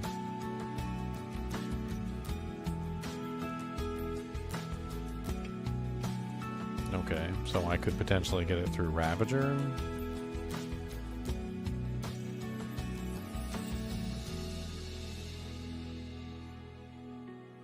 But that's only Ravager. That doesn't really seem worth it. Also, Gorilla skills, because I'm going to be choosing Gorilla as my, like, second ability. But I already have both of the Gorilla options. Okay. I think in that case, we're pretty much at Spirit. I think Spirit is the best choice. Ooh, that was not what I meant to do. Eek. Just make all the ads so big they take up the entire screen. That's exactly what I meant to do, guys. Alright, so for this one we want dexterity within range, and we probably also want to grab the barrier generation, because why not? Let's grab both of these barrier generations. Dex, dex, dex, dex, dex, dex. Is that enough? That's 55. That's actually more dex than what we needed.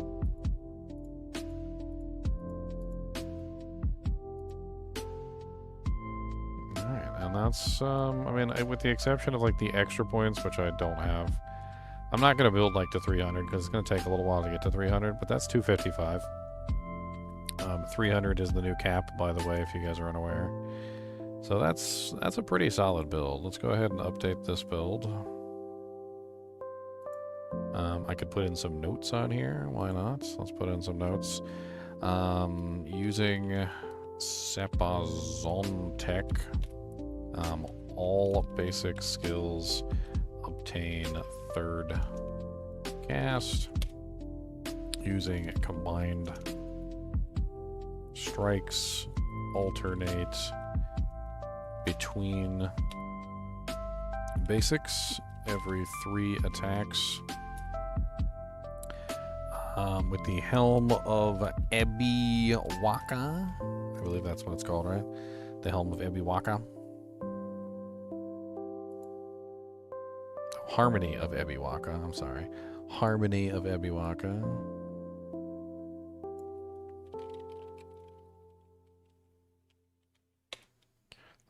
You get more damage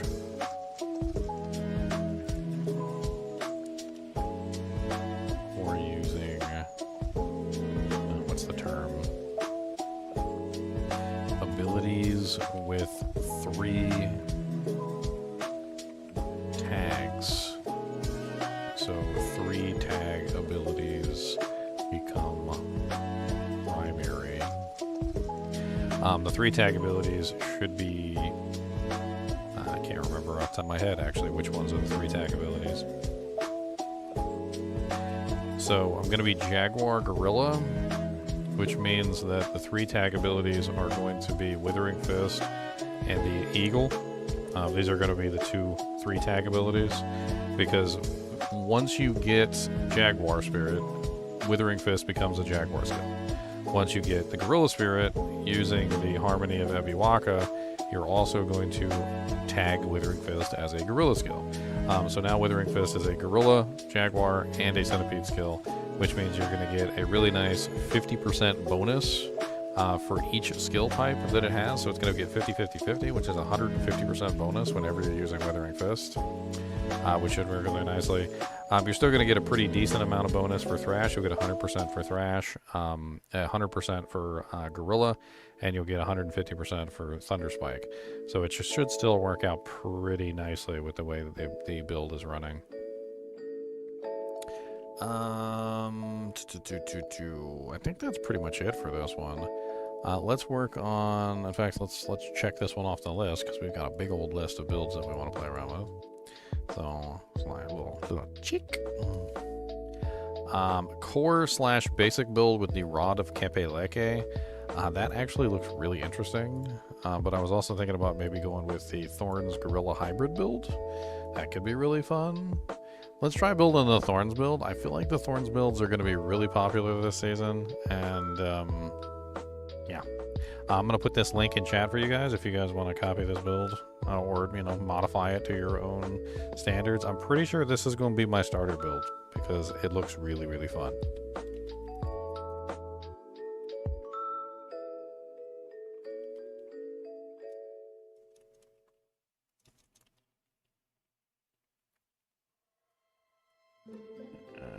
It's also going to be in the description of the video if you want to check it out later.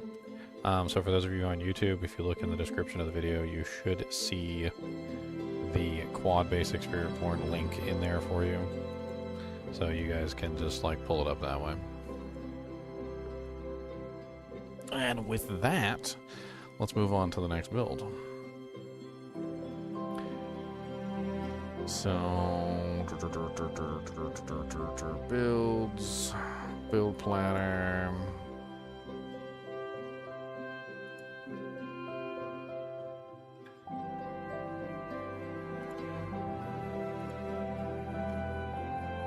Alright, there we go. Let's actually this is, I don't know what this is. Reset. Reset. Huh, see, it's got a bunch of stuff in here left over from before. Bad. Bad, bad, bad, bad, bad, bad, bad, bad, bad, bad. Bad. Bad, bad, bad, bad. Bad, bad. Alright, so first things first, with this particular build, we're going to be doing Thorns, and I don't really think that there's any way we're going to be able to get away from Razorplate, so I think without a shadow of a doubt, we're using Razorplate.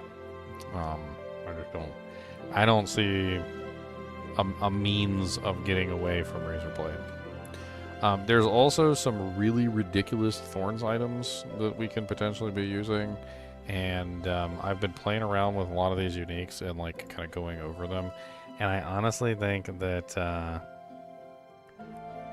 I honestly think that there's like a bunch of different ways that you could potentially approach this.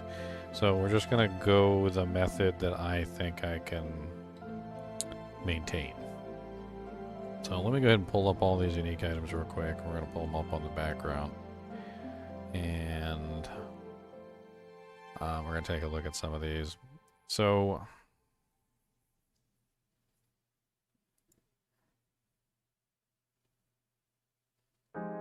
trying to remember, there was one of these rings that just looked really good.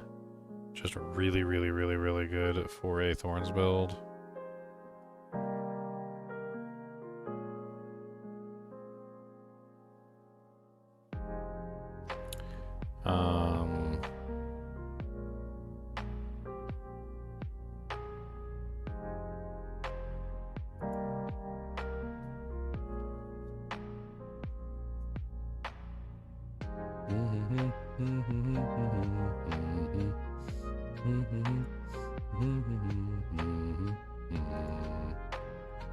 I think counterattack, which is where's counterattack at?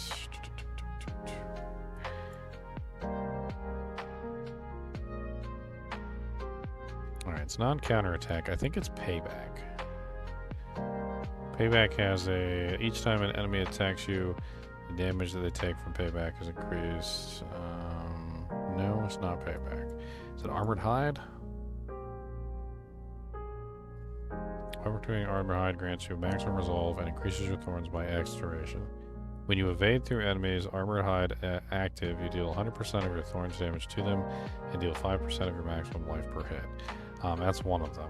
So I was thinking about armored hide for this particular build for thorns. And there's also some really interesting aspects for thorns. So you can just type in thorns and you can find all sorts of crazy ones. So there's enemies who move while poisoned by you, additionally take 250% of your thorns damage per second, which sounds insane. We've also got the bristleback aspect, which is when you dodge or block an attack, you trigger 160% of your thorns against the attacker. So setting up for a block build would be a really strong move with a thorns build. Payback now echoes forward, additionally dealing 140% of your thorns damage to enemies. So payback could be a very interesting one as well. Now what I was thinking we could do with payback, and payback might be the way to actually build around thorns, is we take payback and we utilize the aspect of the bristling vengeance. This allows us to apply our thorns to the payback ability, right? And then what we're going to do with that is then we utilize another aspect, which is a offensive aspect that it works with payback. So payback is it's the same one that I did on the basic build. It's when you cast a third of attack on your basic skills, you have a 30% chance to unleash a payback, and you're basically just going to get free paybacks, which are going to apply your thorns to the enemy. Now, I mean, I hate to use the same item for every single character, but not really entirely sure here.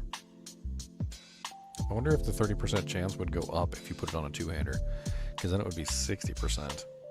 Or you could potentially throw this one on the two-hander. I was also thinking about Stepan Zontek, but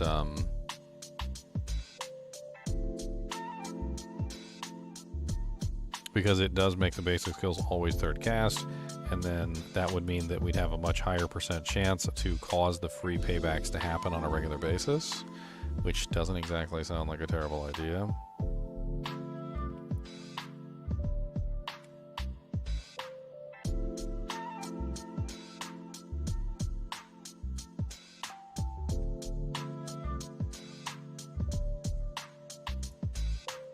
Another way we could do this is we could go with the bristleback aspect, which is when you dodge or block an attack, you trigger 160% of your thorns against the attacker. So that's another way that you could potentially go, and that would allow you to get, 320% thorns against the attacker, which is a lot of frickin' thorns. That's certainly not a terrible amount of thorns. And I think there's a whole build to be had with a dodge block build. just setting up for dodge block, making yourself as tanky as possible. Every single time you dodge or block, you're going to apply a massive amount of thorns to the enemy, which is going to be massive damage-wise, just reflecting back to the target constantly. There's also a lot of block and dodge aspects. So Sepa's Zontek has 45% chance to block, and Rod of Kepeleke has 45% chance to block. You could also just simply use a quarterstaff, I'm pretty sure, because the quarterstaffs have block chance over the glaives. When you dodge, block, and attack, you trigger critical strike damage equal to your block chance.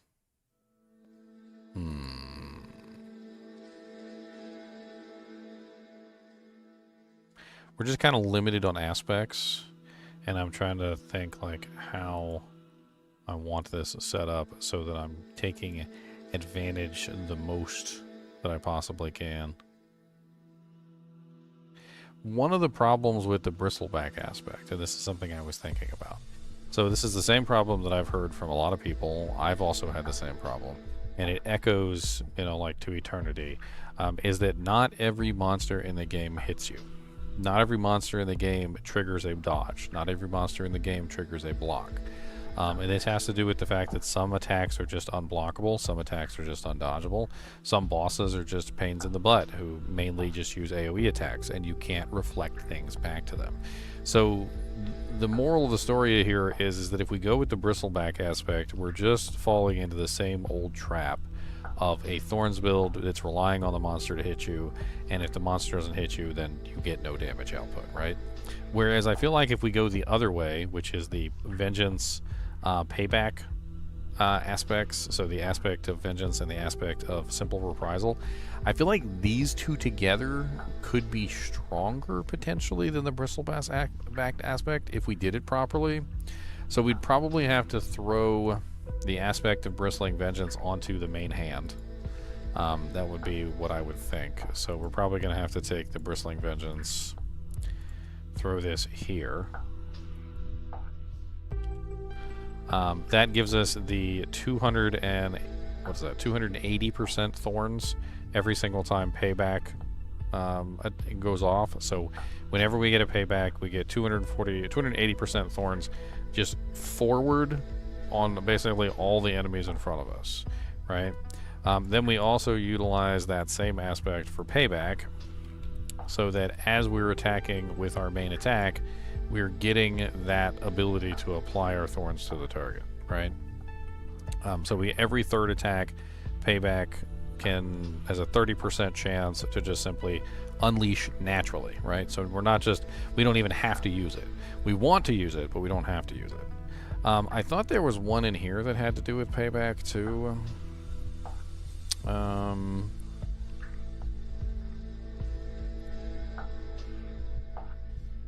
Just trying to remember here. I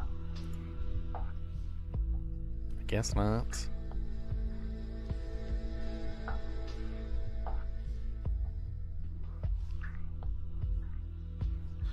300% damage after dodging an attack.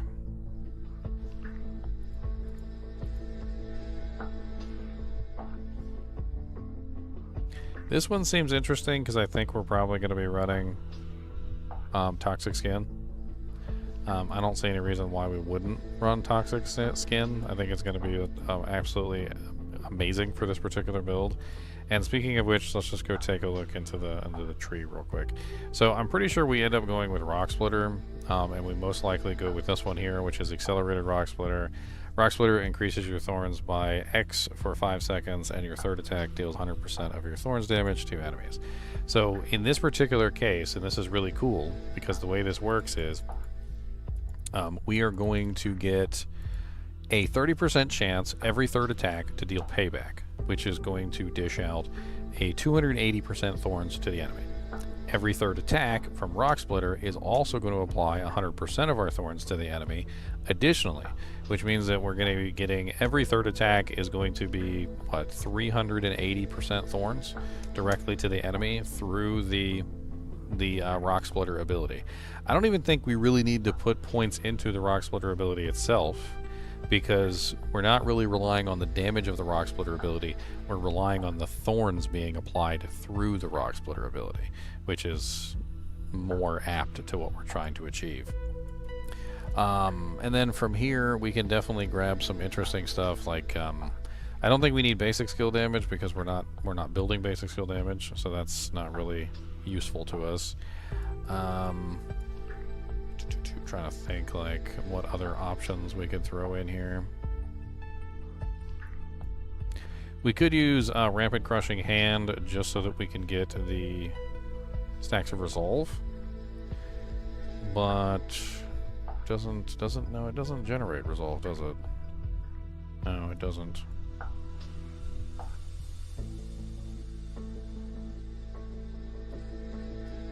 We may have to put points into it anyway to reach the next tree, it looks like. So we're going to have to put at least 3 more points in that to reach the next tree. We're definitely grabbing Toxic Skin. Toxic Skin has an amazing buff in here, which is Toxic Skin's passive increases thorns damage you deal to poisoned enemies by 100% times. So we 100 definitely % want that, because it's going to give us a massive amount of thorns damage bonus, and that's going to help us out tremendously. I also considered perhaps running what is it, the Wound Drinker. It does give us thorns, and it also gives us the what is it, Patient Guard. Patient Guard is the one that gives us the block chance.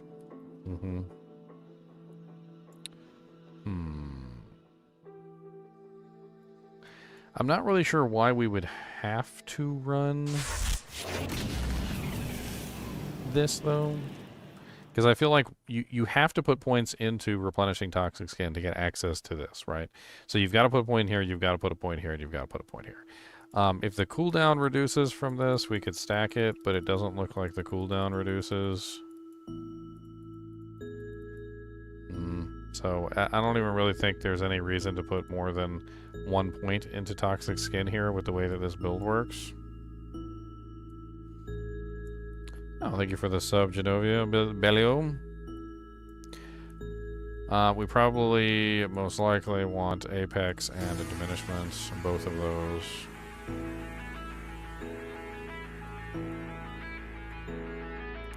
And then here's where things get interesting. We most likely want Adaptable Armored Hide. So this one gives you thorns, right? So we get thorns, and then we also get the thorns as we evade through them. So when you evade through enemies with Armored Hide active, you deal 10% of your thorns damage to them and a heal for 5% of your maximum life per hit. So we definitely want to grab this, which is going to help us out a lot. We also get a huge block chance when this is active. I mean, it's certainly not terrible. None of this is terrible. Like, all these are definitely bonuses that we're interested in. We get thorns. We get the ability to apply our thorns in interesting ways. And we definitely want this one here, which is Bastion, which is gain X thorns while you have a barrier. Your thorns are increased by 20% times. And then on top of that, because this one is specifically when you have a barrier, we also want this one right here, which is Auspicious, which gives us up to 3% of our maximum life as barrier every second, up to 30% of our maximum life, which basically just constantly gives us a generating barrier, which will ensure that this Bastion is most likely always active.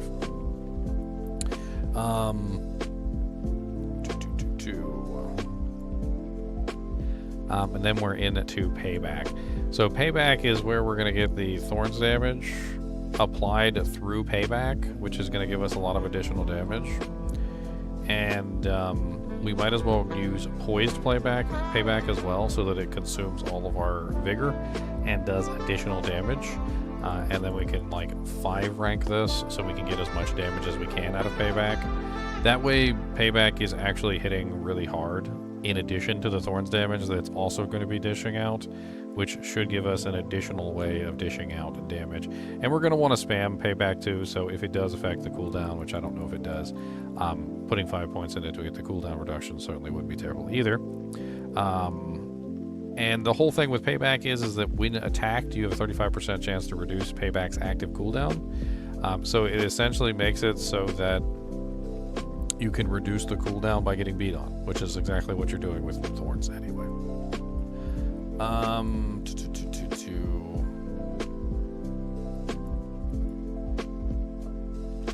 I know there's some more thorns stuff in here somewhere, and I don't know where I'm looking. Let's kind of get like a brief understanding of how this is going to work. So your main basic skill is going to be... just assign some random skills here because it looks like everything's messed up.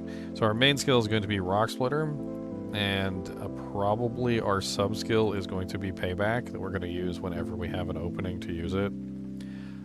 We're also going to have obviously our Armored Hide, which is going to be our main like defensive cooldown. So that's going to be in there. We're also going to be probably tapping Toxic Skin. Toxic Skin needs to be on the bar, but we don't even really need to use it. But, I mean, it's there, so we might as well use it. Trying to think what else we throw on here to really get advantage. I'm assuming that we probably end up going with one of the ultimates. And, my guess is probably the Gorilla Ultimate. So we'll probably just end up putting the Gorilla Ultimate here. For our spirits, we're most likely going to be using the Gorilla Spirits, which is casting a Gorilla skill, deals 100% thorns to enemies you hit, and grants barrier for 5% of your maximum life, up to 30% for 3 seconds. All skills are now Gorilla skills. So this is going to allow us to make sure that we're dishing out our thorns damage through the skills. So now essentially all of our skills are going to be doing 100% thorns damage, which is crazy when you think about it, because we have Payback is our Rock Splitter is already going to be doing 100% of our thorns damage every single time we strike. When we get a third strike on Rock Splitter, there's a 30% chance we get a 280% payback, which is going to also be our thorns damage, paying back forward to just have a huge 280% thorns damage coming out, right? Then we can also use payback itself for the straight 280% that it's going to do on its own. But because Payback is now in the Gorilla family, right, with the Gorilla primary spirit, it's also going to do all of its damage as Thorns damage. So all of our Thorns damage is going to apply through Payback, and it's going to apply its base damage as Thorns damage as well, and so will Rock Splitter. So Rock Splitter is now going to be doing 100% of its damage as Thorns, which I guess makes sense now, now that I think about it from that perspective, that we probably just want to put 5 points into Rock Splitter then. And we probably also want to grab Follow Through, because Follow Through is going to increase the damage of Rock Splitter, which is then, again, going to increase the damage of the Thorns. So yes, that makes a lot of sense, actually, now that I think about it. Casting a defensive skill... Perseverance could be really nice, but I'm not sure if we have any way to generate Resolve, which is a little bit of an issue.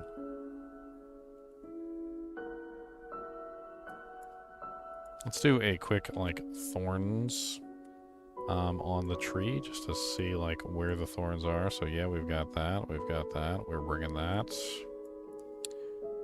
And that's pretty much it. So we've taken pretty much all the thorns things that we can on the tree itself. We still have a huge number of points left, though. So let's go ahead and snag the Gorilla, which is going to give us a very nice defensive that we can use as necessary. And since we're utilizing the Gorilla, we might as well grab some of the ultimate passives. So casting an ultimate skill increases the damage against elites. We're not really going to have too much issues with Vigor, but we probably want to grab some of these. Like the last potency, defensive, or focus skill cast prior to reset. Be free. Upon casting an ultimate skill, the last potency, defensive, or focus skill you cast prior is reset and can be cast for free up to... Wow, okay. Well, then that covers payback, right? Because payback is a potency skill. So in that case, we definitely want to throw 3 points in that, because every single time we use protector, all we have to do is make sure we use payback before we use protector. Then we get 3 free paybacks that we can cast on the target, which means we're going to be able to just get a massive amount of thorns damage just right after we use protector. So payback, protector, payback, payback, payback. 3 paybacks in a row, which should be pretty powerful. And then, of course, we also get the multiplier there because we just used resolution. So resolution will also give us that nice little multiplier for the paybacks that are coming out of it. I was also thinking about this supremacy, enemies you kill, but that's like the killing thing, and it's not really as great when you're fighting bosses.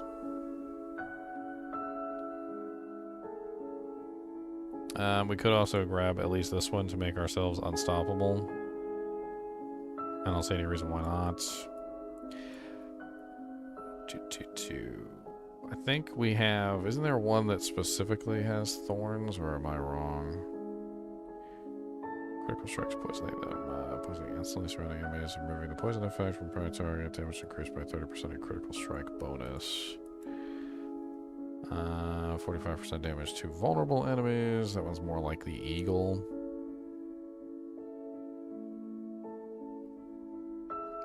Huge amount of damage reduction in core stats. Every third consecutive cast of the same basic skill increases all purchased skill ranks by 2 for 5 seconds. Every third consecutive skill pass of the same core potency skill reduces all skill active cooldowns by 10% and increases by 2% of each of their skill ranks. What second spirit would I use? I'm not entirely sure. Gorilla gives resolve, which is not terrible.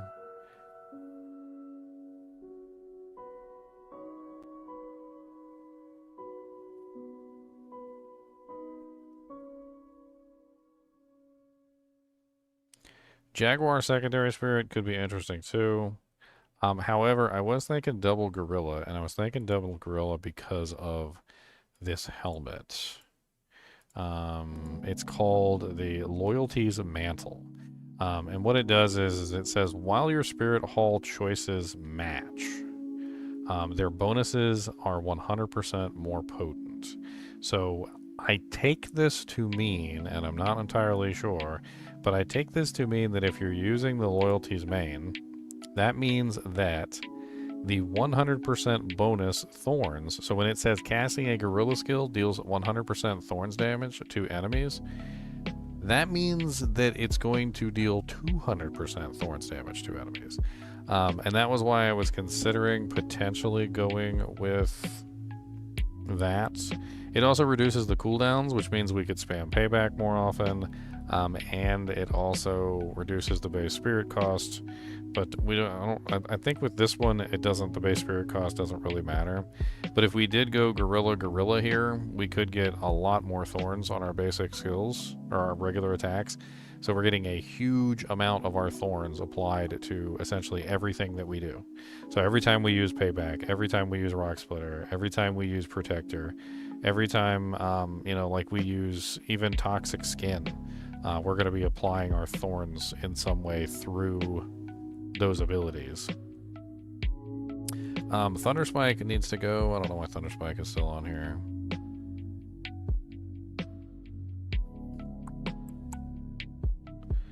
I'm trying to think what we want for this last skill, or did I already choose a last skill and I forgot to put it on the tree? We still got quite a few points. So, I mean, we could throw in more points on Armored Hide if we wanted to.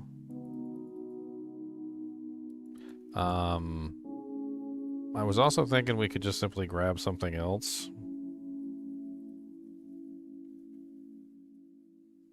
Counterattack seems really interesting with this particular build, and I was really thinking about counterattack. So counterattack is an odd ability that is passive. It says gain 10% dodge chance and automatically retaliate against close enemies for 112% damage when you dodge their attacks. Active, dodge all direct attacks for 3 seconds per cast, up to a 6%, 6 seconds.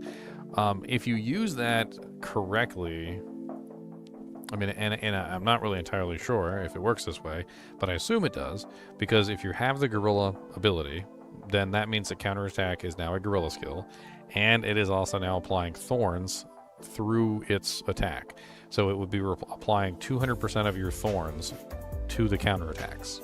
So every single time you dodge an attack, you're going to counterattack with 200% thorns. Which could be another interesting way to roll it. And if you combine that with the bristleback, which also gives you a reflect, essentially, a thorns bonus whenever you dodge or block an attack, it could be a very interesting way to allow you to apply thorns without needing to get smacked in the face. So you don't always need to get smacked directly in the face. I know you thorns guys love to get smacked in the face. I know you love to get smacked in the face. It's okay.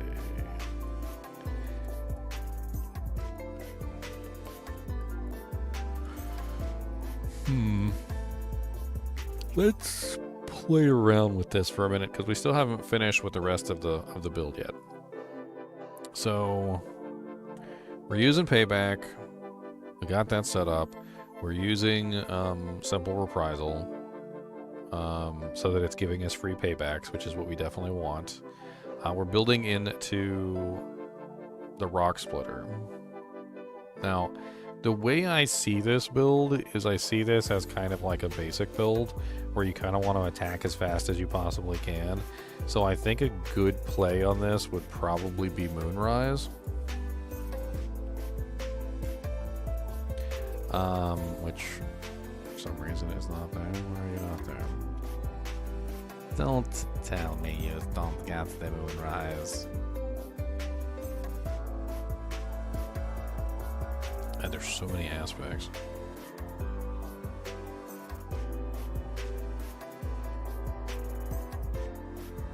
Thorn and heal aspect? When first damaging an elite, and for 5 seconds after, your thorns deals 500% damage and allows you to heal 10% of your total health per second. You know what, let's just type in thorns. And let's have a look-see through these. So we've got the sticker thought aspect, which is, that's the thorns while channeling. That does us no good. Needle flare is very nice for thorns. There's certainly nothing wrong with needle flare. Not entirely sure if I want to do needle flare, but we'll see. We've got gain armor, increased armor, and X thorns per 1% mixing life. We're going to be going barrier, so that's not going to be useful for us. The aspect of the bristling vengeance we already have on. Yes. Bristleback, this is the one that gives us when you dodge or block an attack, you trigger a 160% thorns attack against the attacker. I think that one is going to be insane, and it's probably something that we're going to want to add in.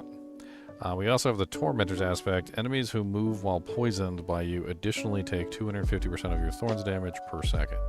Now, I thought this one would be kind of insane as long as we could apply poison damage to the monsters on a regular basis.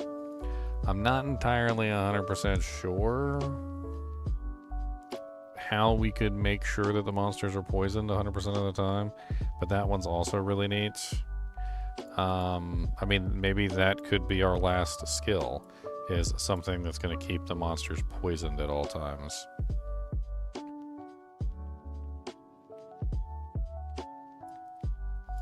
I mean, we do have poison through toxic skin. And beefing up toxic skin does increase the duration of the poison to 5 seconds. So enemies that attack you are poisoned for 5 seconds, as opposed to 3 at the lower ranks. I mean, I feel like toxic skin is enough there that we could definitely say having that one in the mix would be useful. So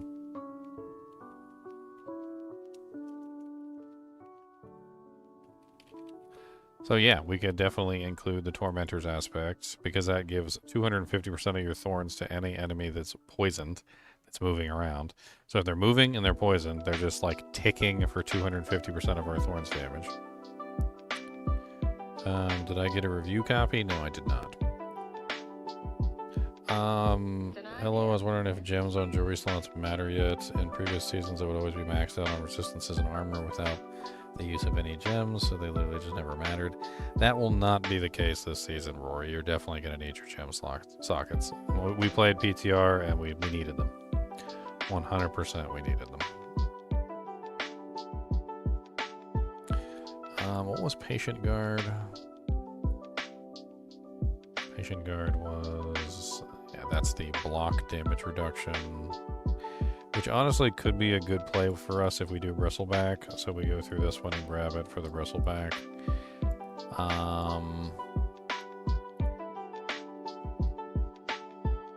Trying to think which one we might want to throw onto our amulet slot.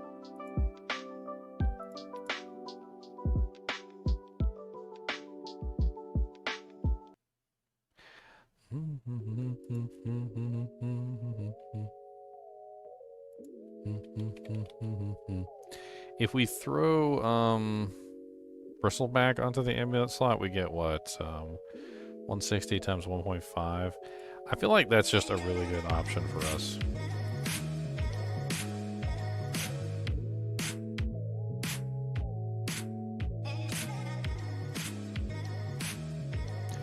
I think there's a problem here, though, isn't there? So this is toxic skin. Passive enemies that attack you are poisoned for 42%. Well, you also get the poison that you put on the ground. Maybe this one's just not worth using then. I'm thinking about it, and the more I'm thinking about it, it's making me think that that one's not worth using.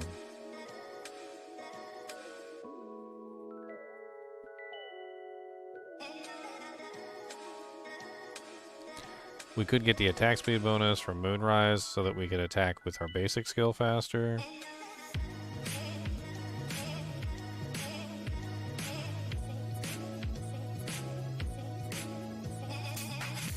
I don't exactly think that's a bad option, because we're going to get a lot of thorns damage through our basic skill. I think, honestly, actually, the more I think about this, I really don't need our basic skill capped out. I mean, if I'm reading this correctly with the way that the gorilla skill works, is it's casting a gorilla skill deals 100% thorns to enemies you hit, and grants a barrier of 5% maximum life up to 30%. So we don't really need the damage on the ability, so I could pull 1 point from that. I can't pull anything more. I don't really think that the poisoning on the toxic skin is going to be useful. The problem is that if we're set up for dodging and blocking for the bristleback, the monsters aren't going to hit us enough to like proc the toxic skin. I think, I'm not entirely sure, because we want to block. We've got the block chance bonus from Enhanced Rock Splitter. We've got the block chance bonus from the Patient Guard. And that's actually a really good reason to maybe include this ring right here. Where are you?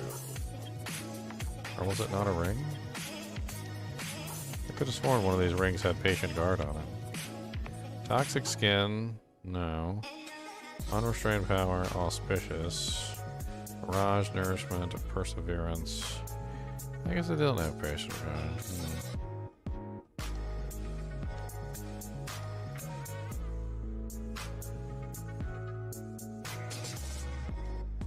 Gain counterattack's passive effect. That one's not terrible. Counterattack's passive effect. Gain 10% dodge chance and automatically retaliate against close enemies. Damage when you dodge their attacks. That actually, it sounds good. So that's the Ring of the Midnight Sun. When you critically strike, you regain 50% of the vigor you spent in the last 2 seconds. That sounds insane. +4 to Mirage. What is Mirage? Mirage is gain 20% increased dodge chance during evade. Whenever you dodge, you gain a 15% critical strike chance for 3 seconds. I like it. I think that might be a really good choice. So, the Ring of the Midnight Sun.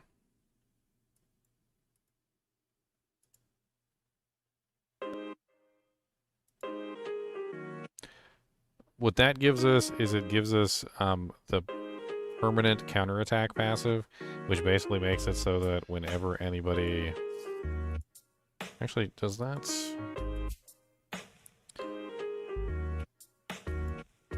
Yeah, whenever we dodge an attack, we automatically retaliate. Which is going to double with the way that the Bristleback works. So the Bristleback ability is going to give us... right here. The Bristleback ability is going to give us that pump every single time we dodge or block. And then this one is going to give us another pump whenever we dodge, and it's also going to give us more dodge chance as well, which should work out just fine. It seems like a really nice little combination there. We should have plenty of barrier from the Gorilla Spirit, so running with some type of barrier bonus would definitely be interesting. I'm pretty sure there was a couple barrier bonuses in here. Yes, aspect of layered wards, your block damage reduction is increased by 30% while you have an active barrier. Casting a gorilla skill inside of a mystic circle empowers them to periodically grant barrier for 25% of your maximum life, which increases your armor by 25% while active.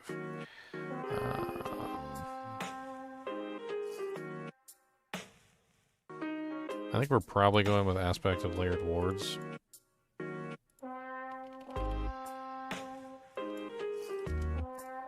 Just as a quick double check. We do have this one, which is gain armor and X thorns for 1% missing life. So the lower your life is, the better. But the thing about this is, I don't think it's going to be useful for this character because the gorilla just has so much barrier that he's generating on a constant basis.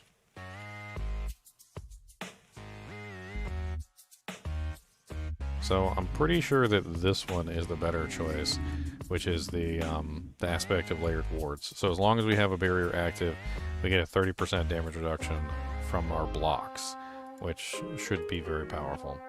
And then, not really sure what we do for the boots.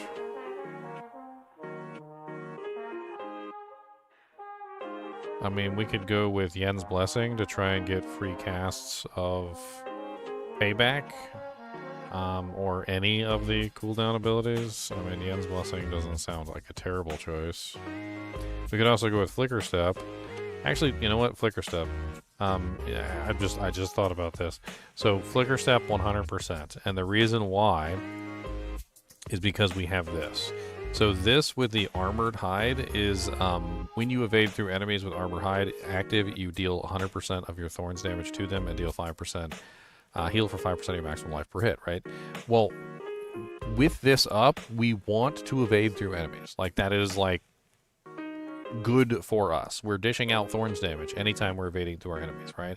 So this will allow us to also reset our ultimate as we're evading through the enemies, which is going to help us tremendously. Because we also, every single time we get our ultimate up, we can spam Payback. So because of this ability right here, Intricacy, upon casting an ultimate skill, the last potency, defense, or focus skill that you cast prior to reset can be cast for free up to 3 times for the next 5 seconds. So what we do here is you spam your evades going through targets, and that allows you to help reset your Protector ability. You make sure to cast Payback before you do your Protector ability. You spam Protector, you hit Payback 3 times, hitting everything in front of you for massive amounts of Thorns damage, and then you can rinse and repeat. So every single time you evade, you're just going to help reduce that cooldown and bring that ultimate back up so that you can spam Bristleback more often. What else do we grab here? we're missing tons of skill points on our tree. So we've got to pad out the tree with some more skill points. I guess we might as well grab 5 into toxic skin since we're having issues spending points. 5 into armored hide, which would help with the block damage. This has the interesting thing which gives you the unstoppable and also the 100% block chance for 4.2 seconds. So combined with bristleback, you're going to be blocking 100% of the time during that duration, and you'll be applying thorns to everything that tries to hit you with a massive degree of increased damage. We still never picked our 5th skill, did we? I'm thinking we go with maybe a pull-in. I'm thinking maybe we go with the pull-in. We go with like vortex or something.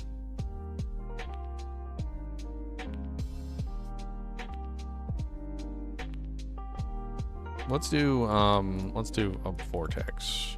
We'll go 5 points into vortex. That'll give us the pull-in, and we'll go with the while you have an active barrier, your vortex does 300% additional damage and knocks down enemies for 3 seconds. The cooldown one I'm not really entirely sure about. And then Mirage gives us dodge chance during evades. Whenever you dodge, you gain critical strike chance for 3 seconds. I mean, I don't see why not.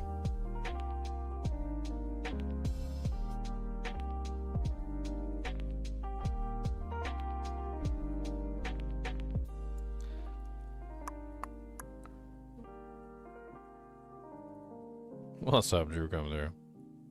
You love me, huh? Oh dear. Oh dear. Alright, let's save this before I forget to save this.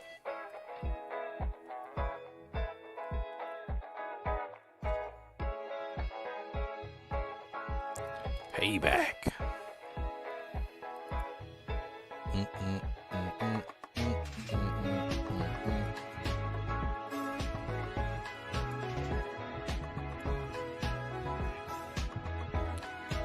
Alright, so we got it saved. We got that set up. Let's take a quick second and let's figure out what we want for like our rune words. Could be interesting to consider the rune words for this build.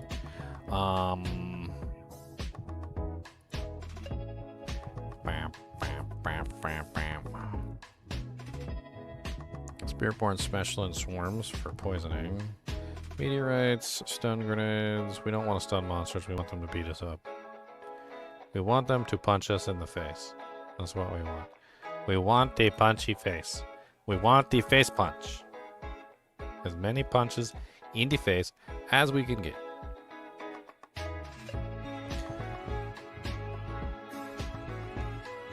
We say, please punch us in the face. Okay, that's what we want. We want you to punch us in the face. But I'm going to block it. I think we do teleport. So I was thinking about this. Evade, I'm pretty sure that the evade from Armored Hide works with teleport. So we could use teleport instead of evasion. And that way we could get free teleports. So why not? Get additional movement speed, movement ability, and we get free teleports that we can generate every now and then. We just have to come up with a good way to generate the resource. I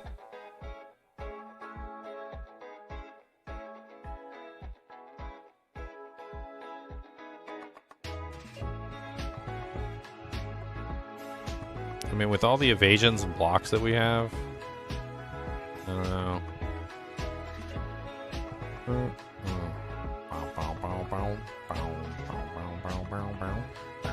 You know what we probably do with this? I was actually just thinking about it. We probably grab Pock. Pock is spend 5% of your maximum resource, right? So we're going to be spending a huge amount of resource every single time we use payback, because we're going with the payback that actually like applies all its damage. And that way we're spamming Rock Splitter and we're using payback every single time we have an opportunity. Should work out pretty nicely. And then we can go with another rune word. So this one in particular, I was actually thinking we could go with, You know what would be a good option for us? Maybe Iron Maiden. Iron Maiden could be interesting.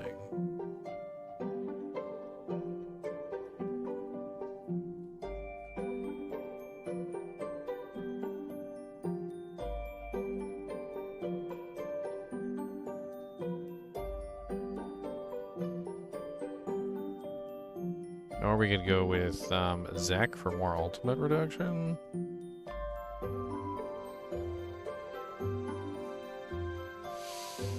You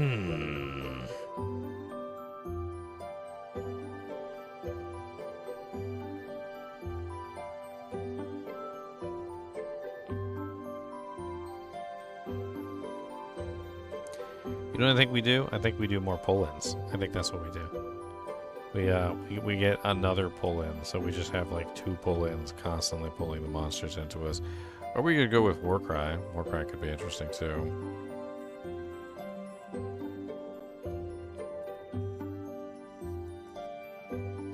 Your next non-basic skill cast spends all your primary resource and deals up to 100% increased damage. You know what? Let's do Cax.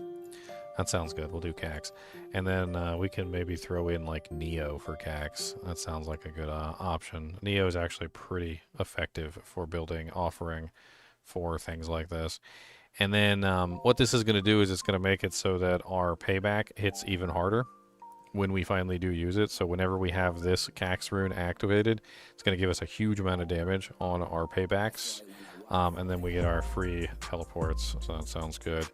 And then we're going to be using Dex runes, so it's emeralds, quantum gemeralds, emeralds, and of course we're also going to be using probably diamonds. I'm not entirely sure. I have to check and see. I'm assuming it's probably going to be diamonds for this build. Don't.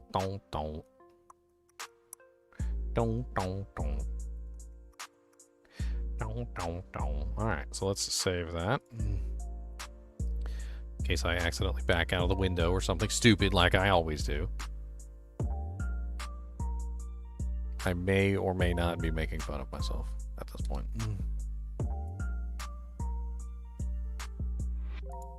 Mr. Goody Two Shoes, Mr. Goody Two Shoes. Ginger Evil Mentor here. Why bother farming when you can go to MMOEXP.com and simply purchase your items in gold? GGM would have you farm the items. What a pathetic being. Use code GEM Ginger Evil Mentor for 6% off your entire purchase. And don't tell Ginger Gaming Mentor that I was here. How rare will runes be? I'm not entirely sure. When I did my playthrough on PTR, I was only able to get magic runes, so like the entire time I played, it was only magic. I never saw a single one drop that was rare or legendary, so I guess we're gonna find out one way or the other.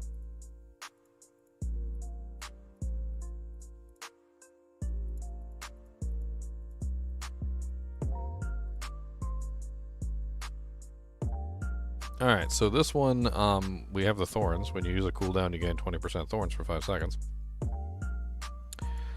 We've also got thorns in here as well. So we've got 2 thorns nodes. You deal increased thorns damage equal to 100% times of your dodge bonus. See why I was going into dodge. And we also have revenge, which is dealing thorns to an enemy, increases all damage it takes from you by 1% up to 15% times, increases. So, I mean, that one's pretty nice too. They're both good. We're probably going to grab Hubris first. And Hubris requires strength, so let's go ahead and give it some strength.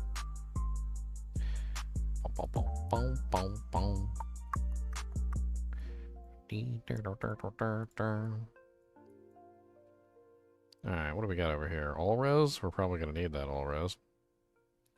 Thorns. We've got some thorns over here. This is a thorny board after all, so. Cooldown reduction. Resistances. Okay, so let's do. I actually want those resistances. I feel like we're going to need those resistances too because we're using razor plate. So let's just go ahead and come through here like this. That way we can go up there to that board. And then we'll just pop over here like so.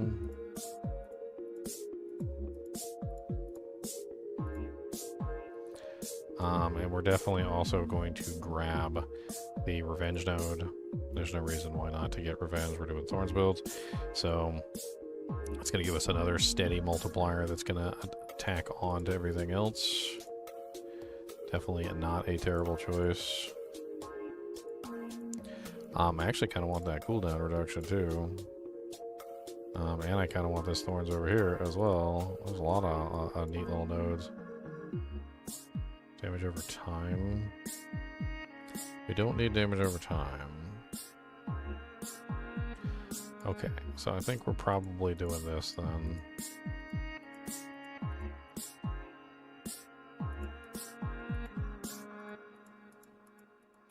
This is going to be what you call a nexus board. Happens a lot. You end up with boards that are specifically designed to be like your nexus boards. And this one is definitely looking like it's a nexus board situation. We've got like all our remaining boards, 1, 2, 3, right there. So, all right. At this point,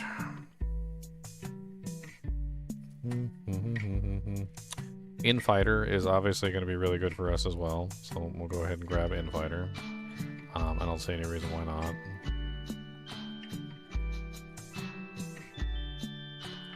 This one right here also could potentially be very powerful for us. Because sapping gives us, when you cast 3 gorilla skills in the same spirit in a row, restore 15% of your vigor and 30% increased damage for 5 seconds. So that's going to be a nice little multiplier there for us. And then up here, we're probably going to be using Viscous Shield, which is you do 1% increased damage for each 3% of your maximum life you have as a barrier, because we're set up for barrier generation. So that pretty much ties together really nicely. Probably grab this down here. We get like the maximum fire res, so it hasn't been updated yet, but I'm pretty sure it's maximum fire res. Dodge chance. We want the dodge chance. We definitely want the dodge chance, so let's take the side path over here.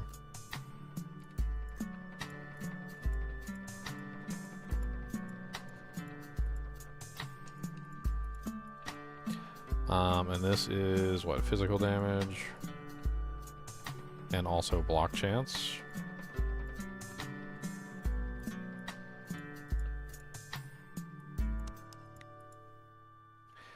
Alright, so now we've got... let's see if there's anything in here that has to do with dodging. Okay, so we've already got that one. We've already got both the Thorns nodes as well. Anything with... what is payback considered? Payback is a... God, I can't remember what the what payback, what kind of skill payback was. Payback is a focus skill? Potency skill. Is there anything that has to do with potency in there? There is. No, that's not what we were looking for at all.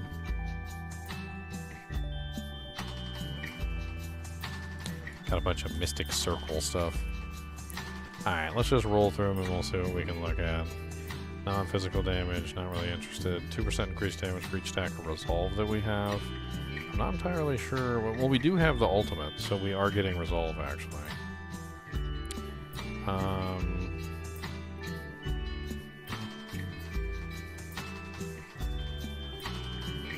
Fester, Fitness.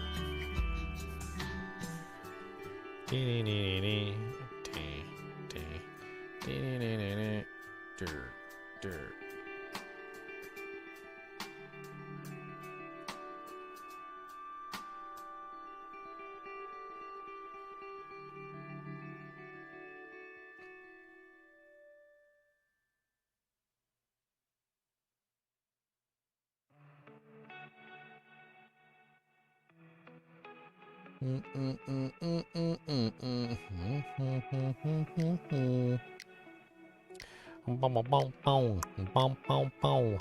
Not quite sure what I want to put up here. Let's do Colossal. I think Colossal will be a good one for this build. So strength. Strength.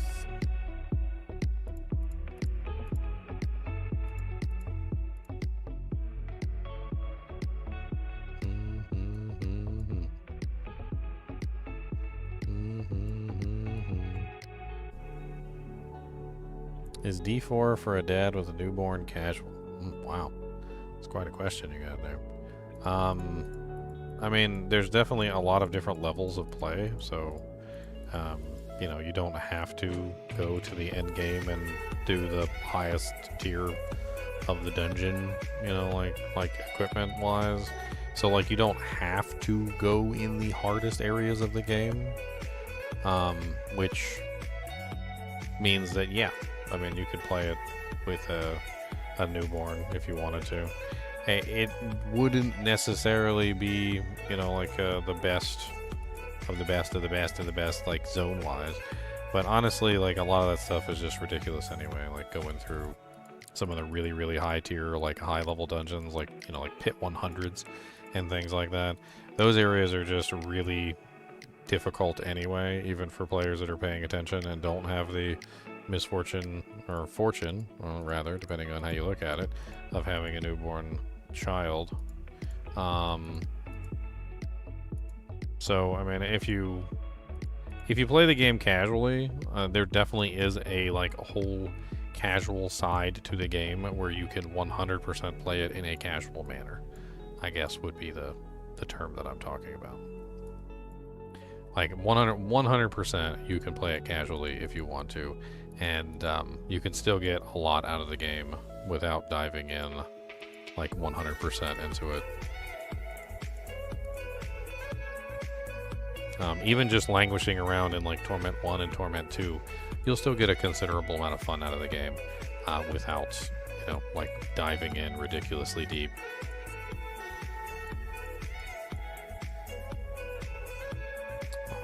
Attack speed and dodge chance. Okay, we want to take that path instead. I want attack speed and dodge chance. Well, that's no problem. And, you know, obviously, if you can't keep up with like everything that's going on in the game, I try my best to help you guys keep up. Build guides out there for you so that you can kind of like work off of them instead of having to figure out everything for yourself.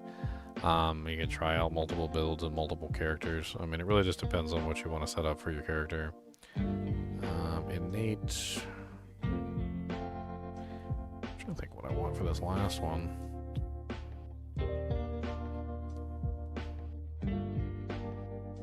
I think maybe outmatch for the last one.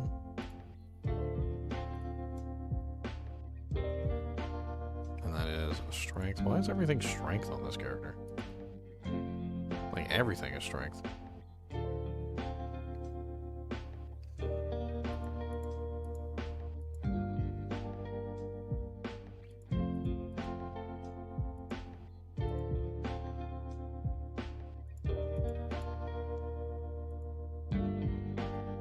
Alright, so now we got 270. Paragon board is pretty much set. Let's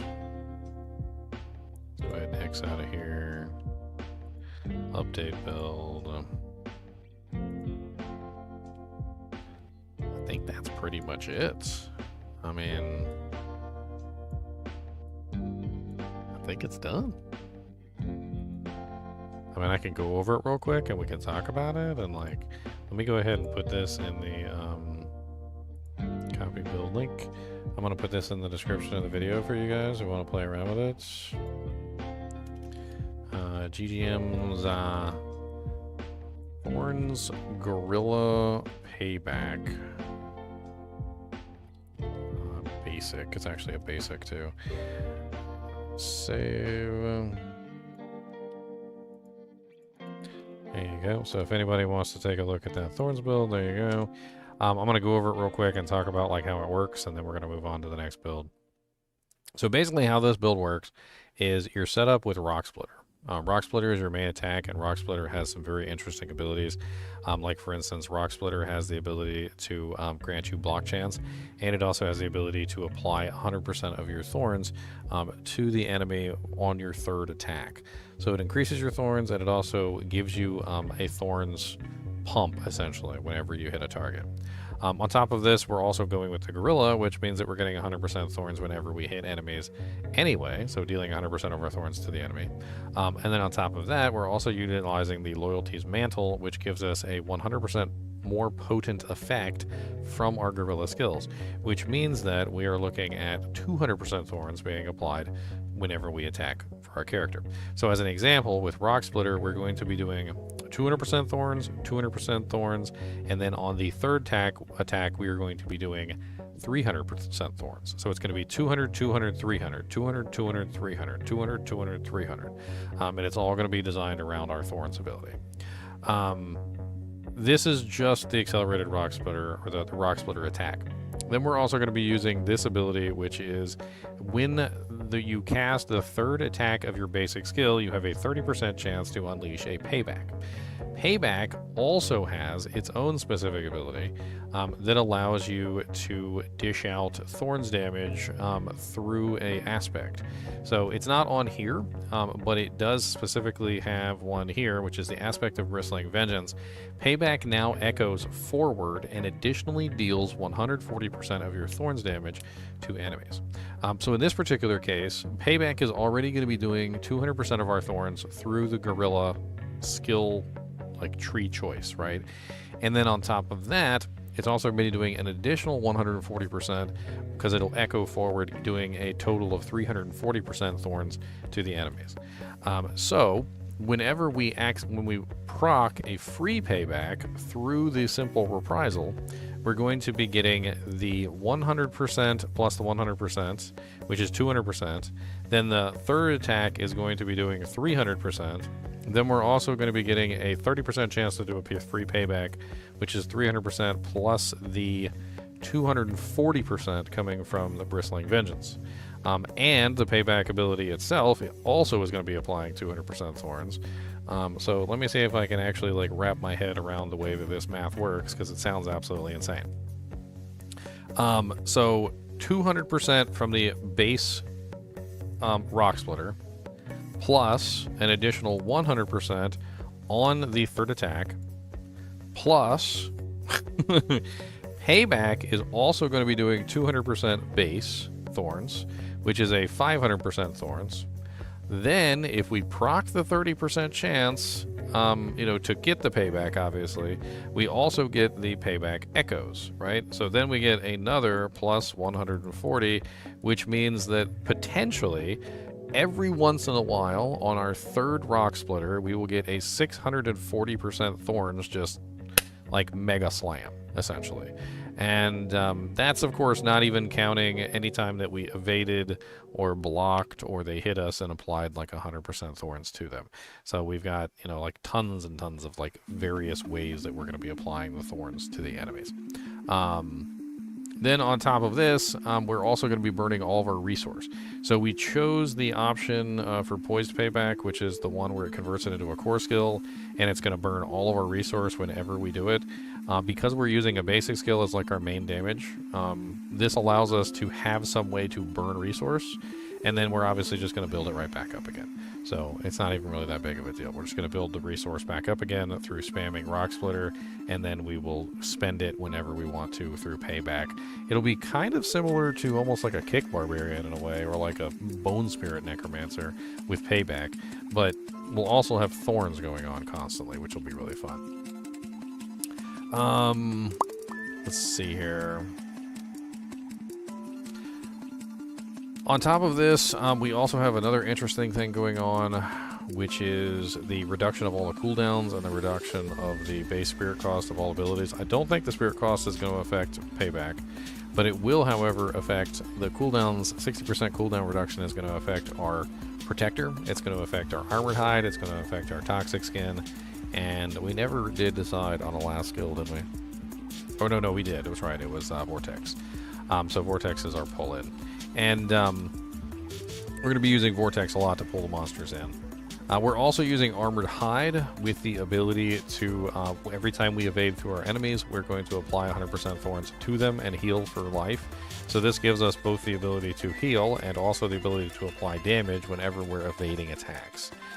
For this reason, I also went with the Flicker Step, which is going to allow us to evade more often, and also reduce the cooldown on our Protector, which is going to give us more ability to dish out damage through the interesting effect of Protector. And we're going to talk about the Protector effect. So in the skill tree, there's this really interesting passive. It's called Intricacy. Upon casting an ultimate skill, the last potency, defensive, or focus skill that you cast previously before the reset, so prior is reset, and then can be cast for free up to 3 times for the next 5 seconds. So that means that when we use our ultimate, as soon as we use our ultimate, we're going to be able to cast Payback, which is going to be our potency skill. So we're going to cast Payback, use the ultimate, then cast Payback again 3 more times, applying a 200, 200 plus 280, so 480% thorns 3 times back to back to back, and we're going to get a pretty massive amount of damage. This is also, as far as I can tell, it's an echo, so it's an AoE to all enemies in front of you. So instead of it just being a single target, or no, it's not a single target ability, but it's going to be an AoE target ability that's going to hit everyone in front of you 3 times. It's going to be really nice. You get actually 4 technically, because you use it once before you use the ultimate, then you use the ultimate, then you use it 3 more times. So a total of 4 times you'll be able to spam Payback within a very short period of time. We've built a lot of dodge and we've built a lot of block chance with this. And there may be some slight changes to the way that the build works. I'm not entirely sure. We might want to spam, put more dodge chance in, even. Because I didn't realize that this particular aspect right here was so affected by dodge chance. Which one is it? Is it this one? Yeah, when you dodge or block an attack, you gain 2% increased attack speed and 1% increased damage for 5 seconds, stacking up to 9 times. No, not that one. That's not the one I'm looking at. Is it this one? When you use a cooldown, you gain 20% thorns for 5 seconds. Why am I blanking on this? I didn't forget to pick it, did I?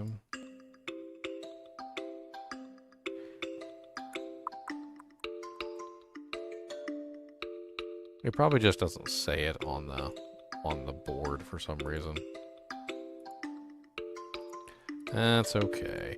It's the one that scales with scales your thorns based on your evasion, which, yeah, there it is right there. Sorry, it's hubris. You deal increased thorns damage equal to percentage of your dodge bonus, and I think that's kind of messed up there. Let me take a screenshot of that and send that to Kroner.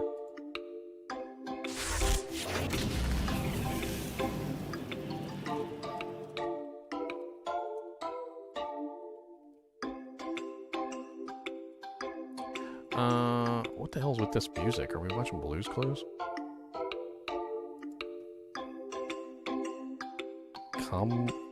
Kalimbaland? Alright, let's go to the next one.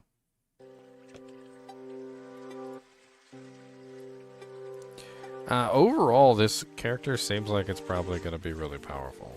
My only real concern is that I might not have enough multipliers multiplying the damage in the best ways that I could possibly get them. I mean, we do have some multipliers. We don't have enough multipliers, it feels like.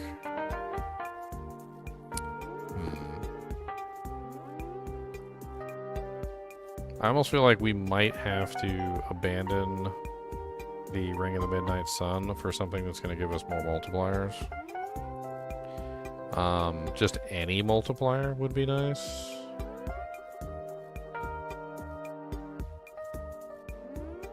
I'm trying to think, like, overall.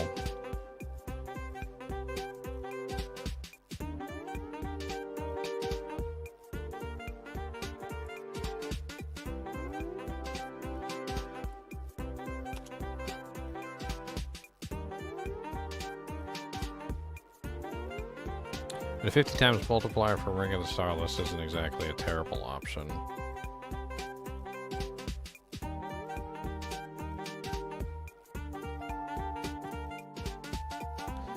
Thorn and heal aspect. This one gives you a 500% thorns damage and allows you to heal for 10% of your total health per second. I have no clue exactly how that works. When you first damage an elite,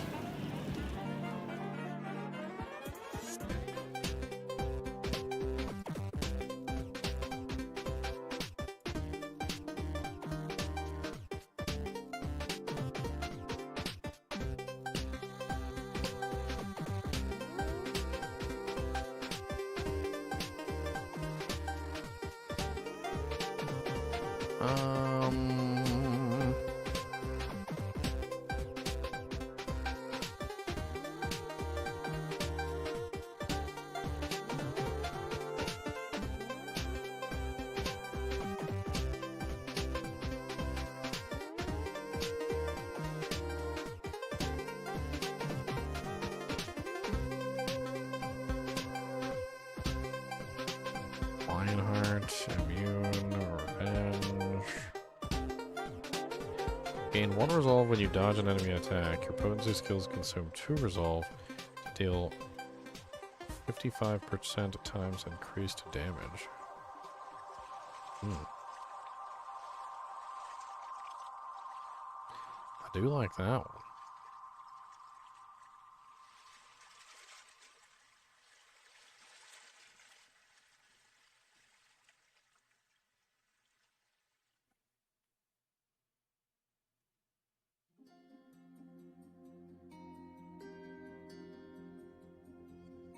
I feel like the main issue here is that we just don't have a lot of multipliers in this build. It's no...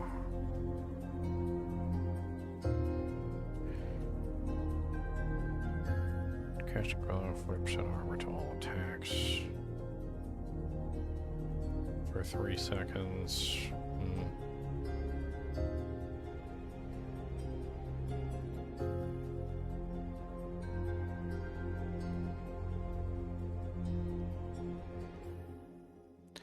I'm not exactly sure the damage output in this build. See, I know that the build is going to work. It's going to dish out damage. Like, I know that. But, how much? Like, what are we talking about in terms of damage output?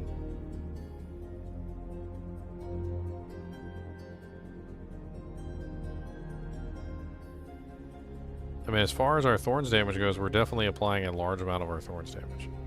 But we don't have some of the more basic multipliers that a lot of the other characters have. We have tons of Thorns. We do have Thorns multipliers, which may be enough. I mean, I'm not entirely sure. Utilizing something like Ring of the Star of the Skies to give us a 50% multiplier, just generic, could be an interesting option too, but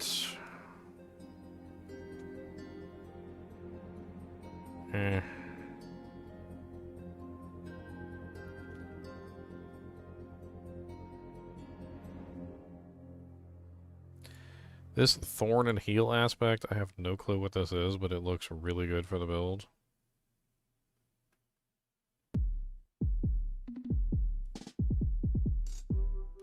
I mean, we do have multipliers. We have some multipliers. Not enough multipliers, but we do have them. In the form of things like the Outmatch, which gives us the 15% times increased physical damage. We also have the 2% multiplier per resolve stack, which goes up to, I believe, since we have what, maximum resolve stacks increased by 4. That brings us up to 8 resolve stacks, which is 8 times 2, which brings us up to, what is that, 16% multiplier there. We also get 15% multiplier from the Revenge ability, and we get this multiplier for our Thorns effect itself, which I'm not entirely sure how that's going to function. We also have a lot of bonuses to thorns itself and also ways to add thorns to our character. Like increasing thorns through Rock Splitter, increasing our thorns by 100% through the replenishing toxic skin, which is definitely going to give us a large amount of additional thorns. We're also getting additional thorns through the enhanced armored hide, and we're getting additional thorns through the bastion ability, which is giving us a multiplier for our thorns by 20% times.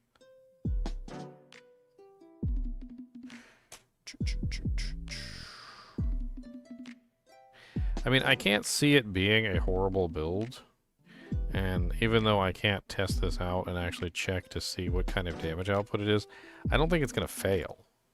But it may require some tweaking to get the damage into an optimal state once live hits. Alright, so I think we're pretty much finished with this one. I think going with the thorn and heal aspect is a good play as well, because that's a huge amount of thorns, which is going to hit the elites.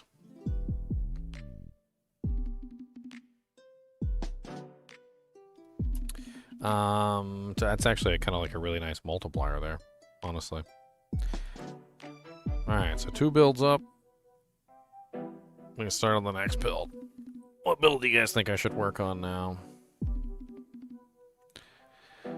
What do we got? Pure Jaguar. We could do the core/basic Rod of Kepeleke. A full centipede poison build.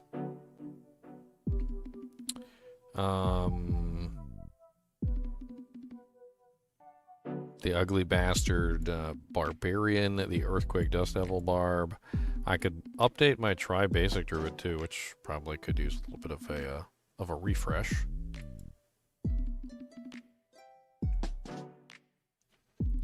I'm really kind of interested in potentially trying to see how I could cap out the centipede poison. That was another build that I'm really interested in for the Spiritborn. I think a lot of people are interested in potentially the Spiritborn. Poison centipede. Breaker Strike, Subman, do you play Barb? Yeah, I've played plenty of Barbs. I've had Kick Barbs and Sparta Barbs and Flay Barbs and Frenzy Barbs and all sorts of fun stuff. Some of my Barbs have been like top tier meta-wise, even though I didn't really intend it. Like my Flay Barbarian during that season. I was pioneering the Flay Barbarian.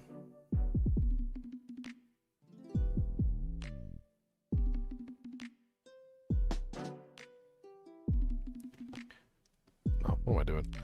I got ice water. I'm drinking that boring, ugly, warm water. Alright, let's do a centipede. We're gonna do the poison centipede. Let's go. Poison centipede. Poison centipede. Alright, so this is the same build that I just put together. Is the other build in my build tree? Yes, they're both in here. Alright, so let's go ahead and reset this one.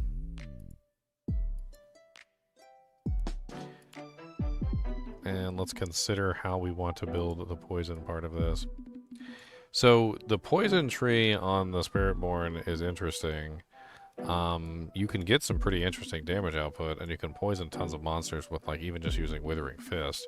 Which Withering Fist third attack spreads its poison to 3 nearby unaffected enemies. Hitting vulnerable enemies will also spread the effect to all hits, right? So that's a solid option. But I was also thinking that going with this as our main option might not be the best choice. Not entirely sure. We could also use the Ebiwaka helmet if we wanted to go like full poison, which gives us the 100% bonus to...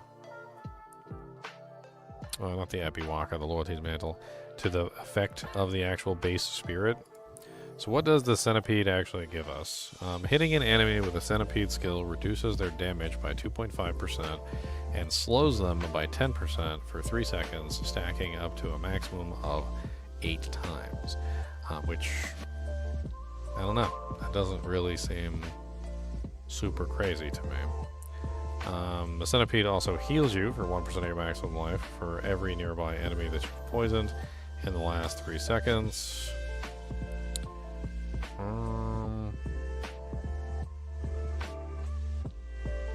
I mean, looking at these just right off the top of my head, it doesn't feel like the centipede is the best one to choose for a centipede build. I know it sounds kind of silly. So I think we might be better off going with the Ebiwaka for this, which is your skills are all additionally Jaguar, Eagle, Gorilla, or Centipede skills based on your secondary Spirit Hall choice. Each Spirit type has a increase in damage by 50%, right? So here's what I'm thinking. We go with Ebiwaka. We get the 50% bonus damage for the Ebiwaka helmet for each additional spirit choice that we make, right?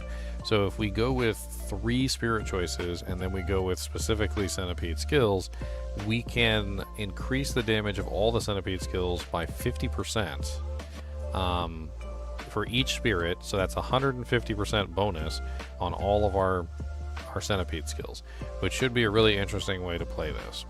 So we're not going to choose the centipede. Instead, we're going to do something like Jaguar, because why not? And then we're also going to grab something like, let's see here, probably Gorilla. Yeah, we'll do Gorilla. So we're going to do Jaguar, Gorilla. And then for skills, we're most likely going to use Withering Fist, because Withering Fist is now going to be a Jaguar, Gorilla, Centipede skill. So it's going to have 3 different options there.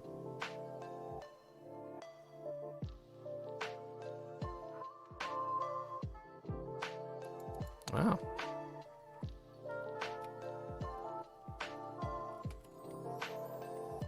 We'll have him come by and hang out, Joy. He can give me a call and we can talk about some Diablos. The main skill, I'm not entirely sure. Stinger is strike a small area and damage to enemies as well as surrounding poisoned enemies. Then we have Toxic Skin, which of course gives us, you know, the ability to like make ourselves into like an evil toxic monster that dishes out poison damage to everything nearby.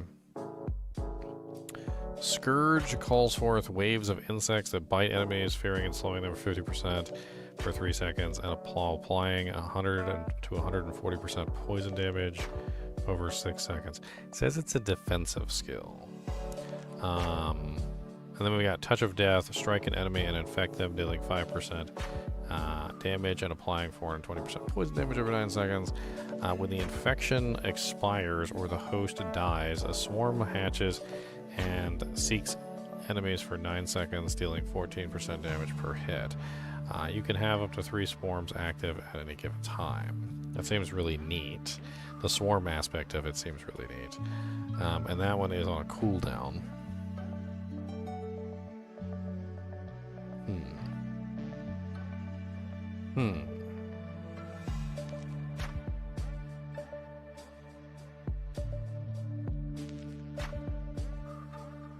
Alright, let's actually go play in the skill tree and let's see what we can do. Actually, you know what? Hold on. Before we do that, let's type in poison. Gain 35% increased damage, set of damage, so times. Okay, yeah. No. Lucky hits. Centipede skills have up to a 35% chance to spawn a pestilent swarm from the target, which deals 1 poison damage per hit. Pestilent swarms now also deal 100% of their base damage as poisoning over 6 seconds. Okay. That sounds good. Aspect of infestation. I like that. Alright, let's go ahead and put aspect of infestation on this bad boy. We probably also want to use the aspect, it's called the aspect of creeping death, which is you deal 20% times increased damage to enemies for each crowd control effect they are affected by. Unstoppable enemies, staggered bosses take 40% times increased damage over each time from you instead. I think the aspect of creeping death is probably going to be extremely powerful with a build that's based around poison damage. So we're going to go with the aspect of creeping death on our weapon. Also, I think we're going to double down on these pestilent swarms. So we're going to grab the pestilent swarm rune, which is the Tal rune. Evoke the Spiritborn's pestilent swarm, dealing damage to enemies. But we're going to make it so that lots of them come out at one time. We want like a whole bunch to pop out like all at once. So we're going to use the Neo rune, which is going to have, I think it's 200 offering, and the Tal rune is 100 offering. I can't remember if they adjusted that at all.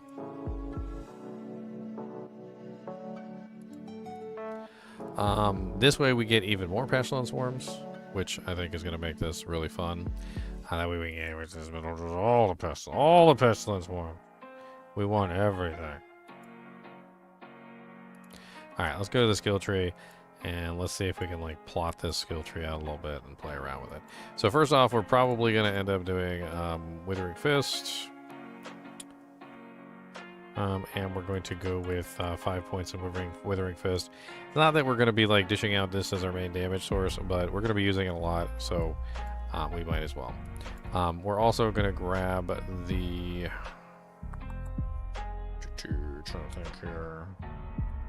Trying to think if we go with Stinger. Stinger is the poison core skill.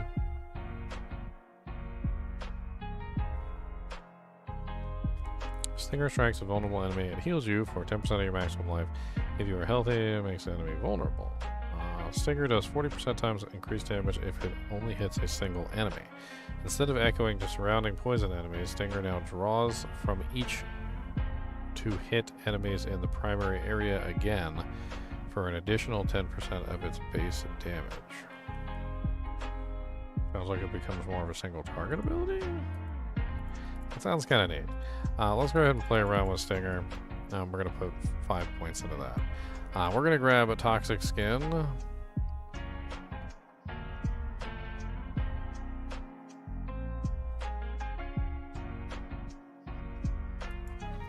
We're going to grab Measured Toxic Skin, which allows us to apply poison damage to enemies around us as we're like just walking around. It says while Toxic Skin is active, you deal additional 15% poison damage as critical strikes to nearby vulnerable enemies, poisoned every second. It would be nice to have a pull-in, which could be interesting, or we could go with Scourge. I really would like to play around with Touch of Death because I do want the Pestilent Swarms.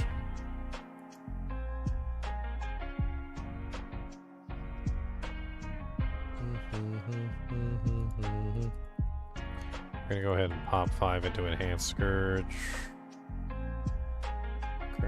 Casting Surge grants 60% of your maximum vigor over 6 seconds. Hitting an enemy affected by Scourge has a 60% chance to lifesteal 35% of the damage done, up to 35% of your maximum life. Okay. We also want 3 points in Nourishment. That's going to give us a nice little damage bump whenever we're healing. Centipede skills deal 7% versus healthy enemies.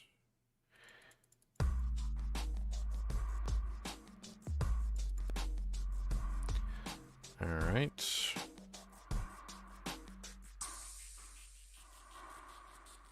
We're probably going to go with Noxious Resonance, which is your critical strikes cause poisoning on an enemy to burst, dealing 100% of the total poisoning damage instantly to them and 20% of it to surrounding enemies before removing the poisoning effect from the primary target. Damage increased by 30% times of your critical strike damage bonus. Now there's this interesting ring that I think we're going to play around with this build. So let me go into... let me save this real quick before we get started.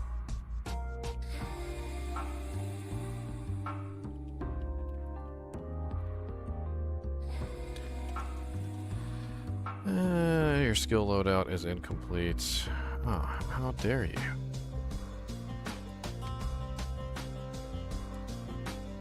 Okay, so we're going to be doing Stinger.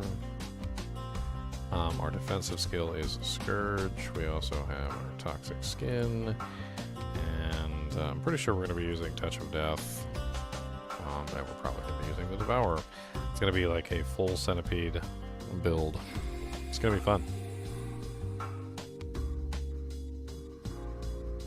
Centipede all the time.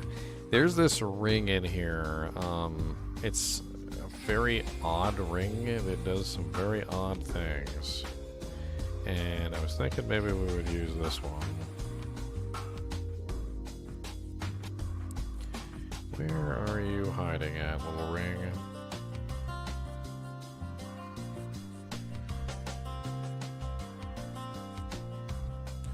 Where are you hiding at? Or were they pants? I can't even remember if it was a ring or pants at this point. Was it the pants? Was it a ring? It was gloves. That's what it was. Okay, so this one is called Craze of the Dead God. +4 to Touch of Death, +2 to Nourishment, +2 to Antivenom. When you would take direct damage, it is instead distributed as poisoning damage over the next 10 seconds, but increased by 0%. Lucky hit, direct damage has up to a 25% chance based on your poisoned life percentage to infect an enemy with Touch of Death.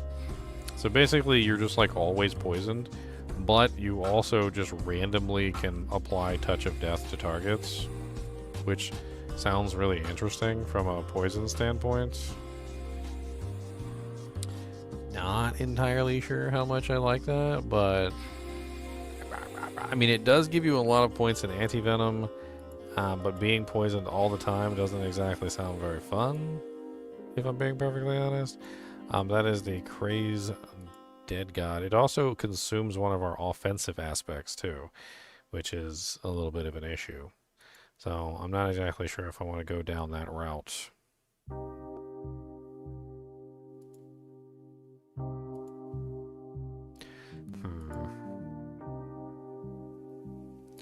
Alright, now that we have a better idea of how we're going to build this character, I'll start playing around with some items that we might want to potentially pull in here. So we're using the aspect of the Creeping Death, which is good. Let's pull in damage over time.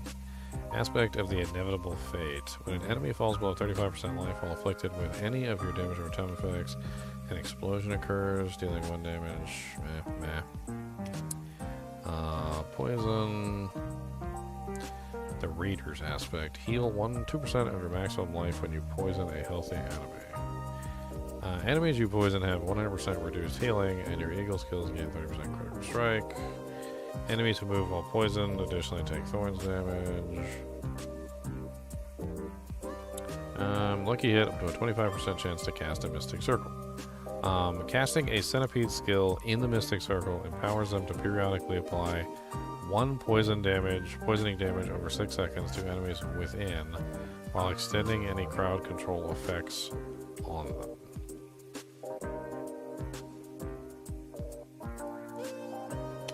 Those are all just kind of meh.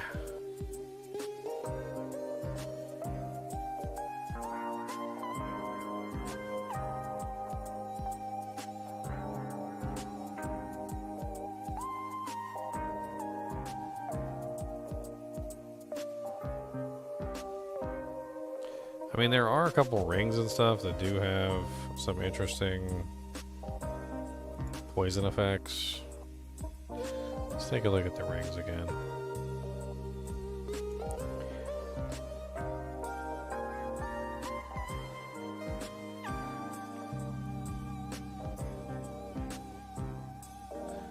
I mean, first off, we have the Wound Drinker, which gives us the Toxic Skin passive and gives us more points in Toxic Skin. It also seems to be built around thorns. We get the Pestilent Swarm spawns from you every 10 seconds, dealing poison damage. Your Pestilent Swarms now orbit around you and generate 1 vigor per. I think that's really nice. We should probably do that. The Ring of the Writhing Moon. So Ring of the Writhing Moon, it is... Where did he go? Because we're going to go with the Pestilent Swarms, and we're going to get free Pestilent Swarms as well. So that sounds like a good option, because we're going to go with the Tal Rune to give us even more Pestilent Swarms, which I like. We're just going to have Pestilent Swarms just spawning all the time from everything. Just like constantly up. I like that. That sounds absolutely amazing. Don't see any reason why that's bad. Nope, nope. Nope-a-dope-a-dope-a-dope. Who doesn't like massive hordes of bugs? Who doesn't like massive hordes of bugs? Who? Who, I ask you, who?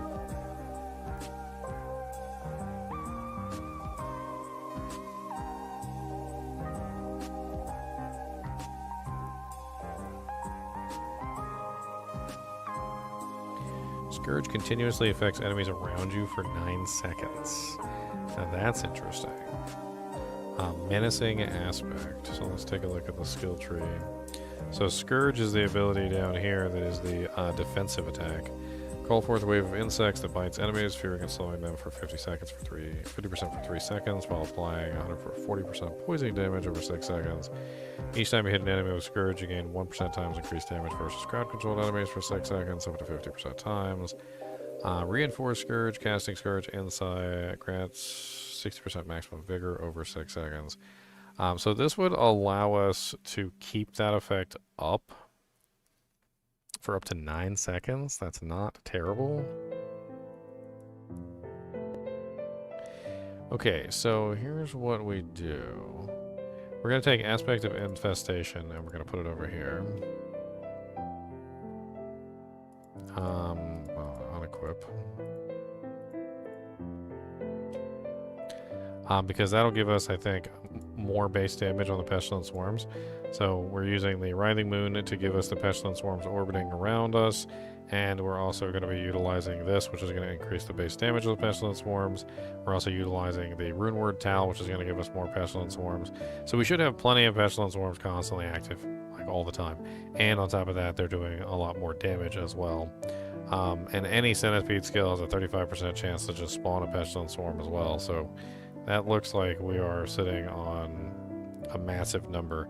The only problem is there's a maximum number of Pestilent Swarms that we can have active at any time, which I think it said was like 3. But I'm not entirely sure because it seems like there's 2 different Pestilent Swarms. You can have up to 3 Pestilent Swarms active at once. When an infection inspires, a host dies, a swarm hatches, and seeks enemies for 9 seconds. So the swarms only last for 9 seconds, according to what this says. So...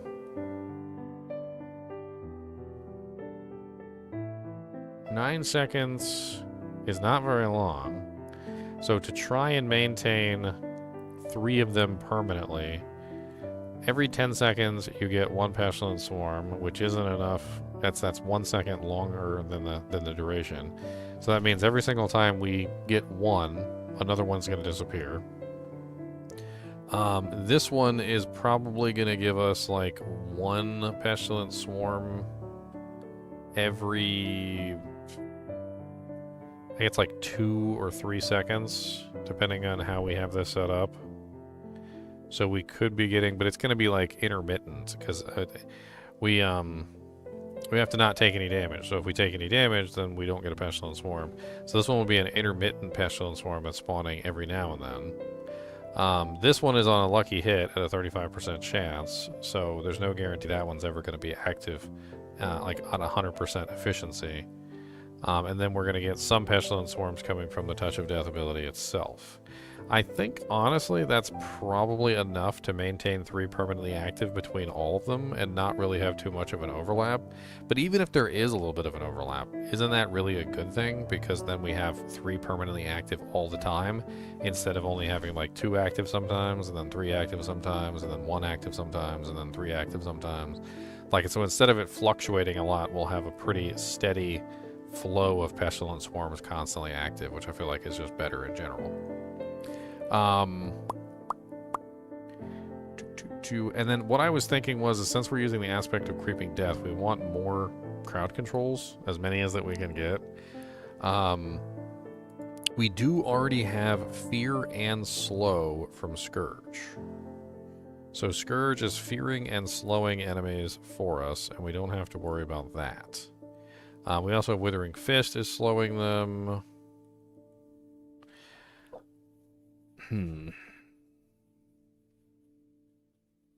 I mean, there's definitely crowd controls in here, but there's like a limited number of crowd controls.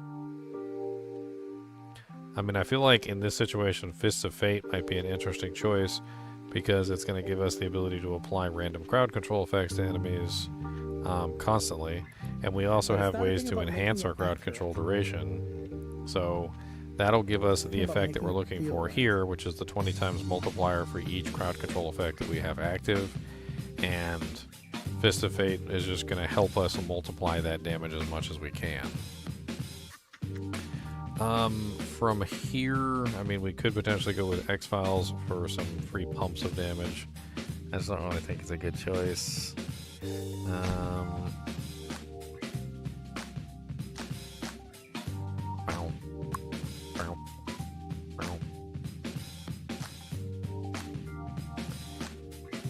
Boogus.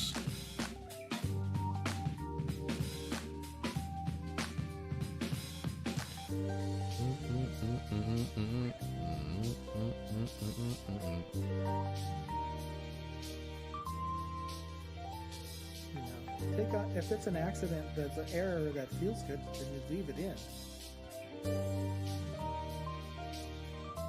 You know, you want those.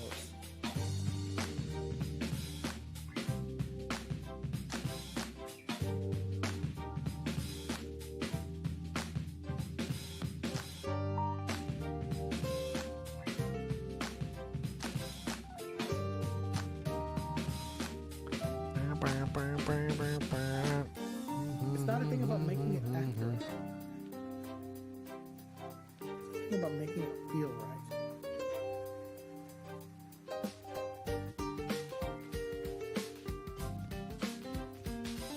I was thinking about this one. But,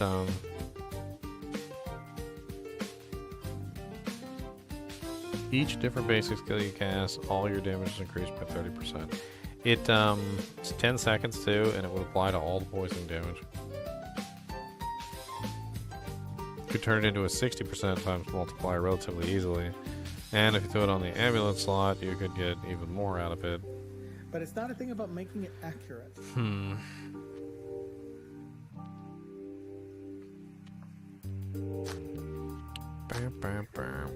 Stinger spawns pestilence form at its target's location, which deals 75% of Stinger's base damage per hit.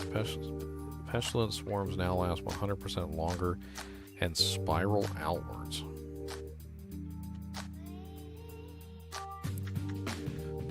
Well, we got the one that makes it spin around us, so...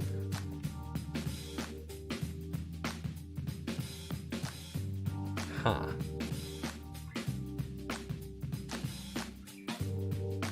I mean, that's kind of neat, to be honest.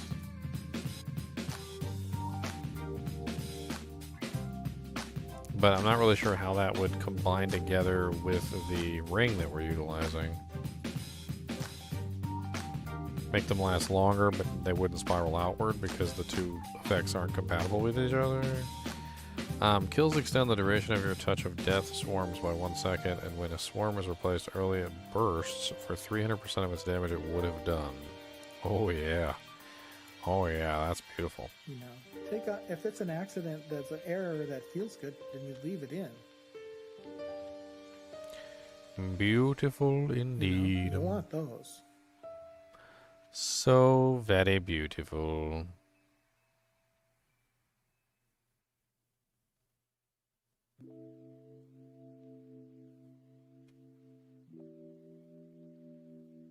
I think that's it. Alright, so that's our offensive aspects. Now we're on to defensive aspects. I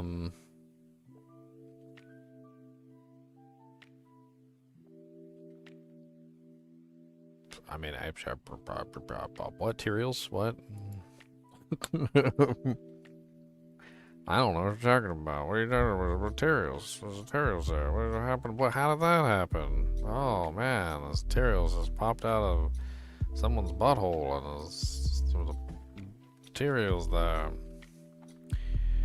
Heal for 2% of your maximum life when you poison a healthy enemy.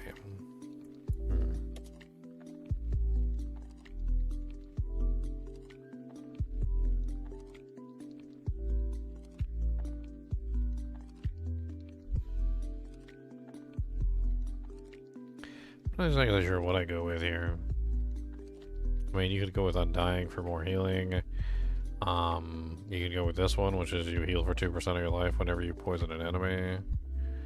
They're not exactly terrible options.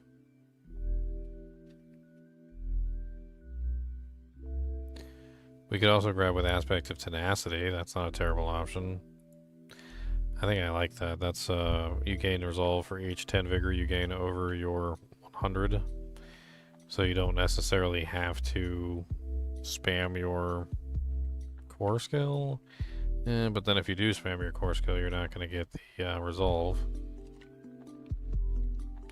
Where is he walking? Don't ask him that. Why would you ask him that?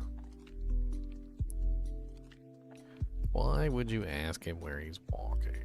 That's just silly.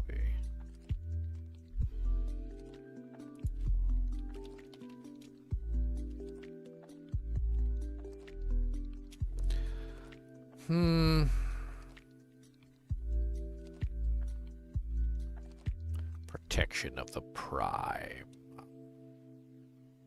All that does is makes me think of frickin' Optimus Prime every single time.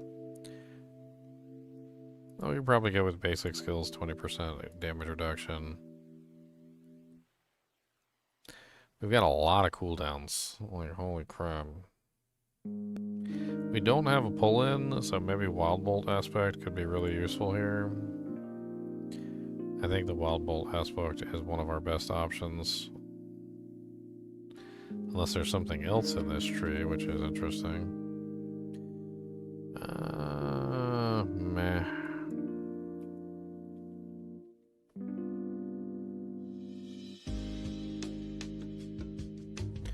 One thing that I was thinking about is Aspect of Shared Misery. So Aspect of Shared Misery gives us the 55% chance for crowd control effects to spread to another unaffected enemy. The reason why this could be really powerful with this build is that we're using Creeping Death, which gives us a 20 times multiplier for each crowd control effect that a monster is affected by. So having it make it so that the monsters are getting the crowd control effects spread to them is going to maintain a larger number of crowd control effects on the monsters at any given time, which is going to maintain a higher damage output on all the monsters as a whole. It won't necessarily be useful against bosses, but neither will the Wild Bolt aspect be very useful against bosses either. So I guess there's also that.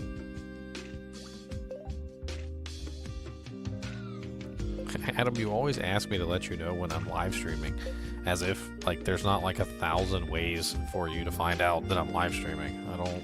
I don't. It doesn't make any sense to me. I mean, like, let me count the ways, my friend. Like, first off, whenever I live stream, it's gonna show up right here in the new video section. It's gonna like say @everyone, and it's gonna ping every single person in the server that I'm streaming, right? When I stream on Twitch, it's going to send you a notification to your phone as soon as I start streaming, which I stream on Twitch. I also stream on YouTube, and if you're subscribed to me on YouTube and you have the little bell icon, it's going to send you a notification when I stream on YouTube. So a third notification. Then I'm also streaming on Twitter right now. Hello, X. And it'll send you a notification when I go live on X as well. I'm also in the voice chat right now, which usually means I'm streaming. So I don't know. Why do I gotta message you directly and let you know that I'm streaming when there's like 80,000 ways that people can see that I'm streaming, you big silly. I'm trying to think what other rune word I want to put on this character. Let's take a look through them real quick and see if there's anything stands out. I was thinking about the Spirit Wolves because the Spirit Wolves freeze things. which is another crowd control that could be added to the thing. Oh yeah, and that's another thing, Joy. Joy just pointed out. When am I not streaming? I stream like 24 hours a day, 7 days a week. We could do the stun grenades, which would be another type of crowd control. Obviously, stunning things.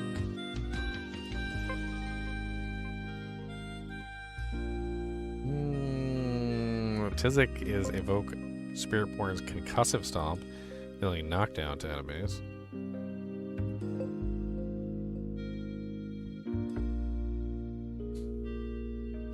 I don't think we have a stun. Stun grenades actually sound good. Let's do stun grenades. And then what did we use for this one? We used Neo. We can't use Neo again. But what we could use is... Let's go with a cooldown. Because we've got cooldown, cooldown, cooldown, cooldown. A lot of cooldown. We got 4 cooldown. That worked pretty good. And then, again, we're just going to go with dexterity.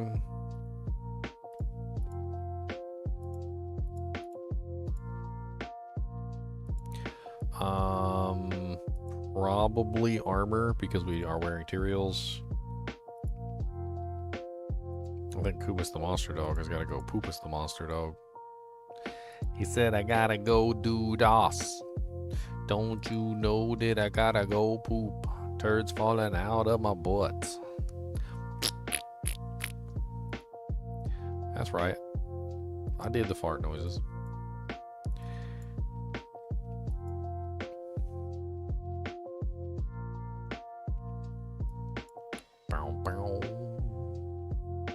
Let's go ahead and grab this and this.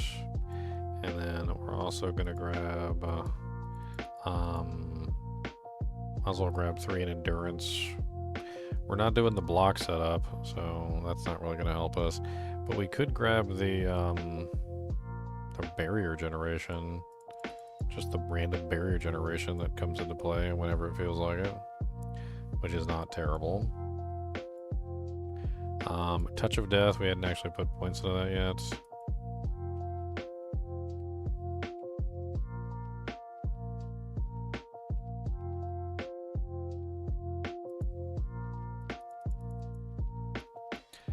And we also didn't grab the Devourer yet, which we do need. We're probably just going to grab some of these over here, so... what is this? A potency skill? We probably want to go with this intricacy one, which allows us to cast Touch of Death multiple times. Same way as we did before. So if we grab this one...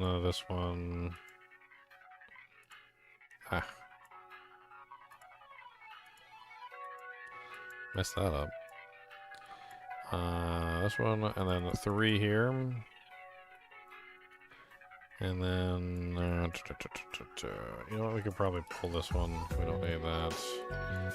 Let's grab 3 here. 1 in Unstoppable. That looks good. I hear you, buddy. You gotta go Peppa-Doo. Cody got the Doodas butt, and he said, don't make fun of my Doodas butt. He said, you guys aren't very nice to me.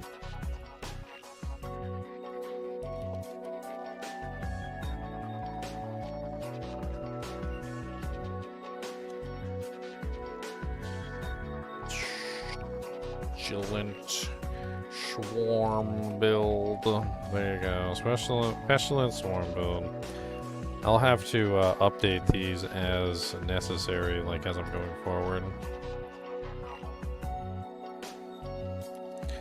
There you go. That's the 3rd build. I added that to the list here.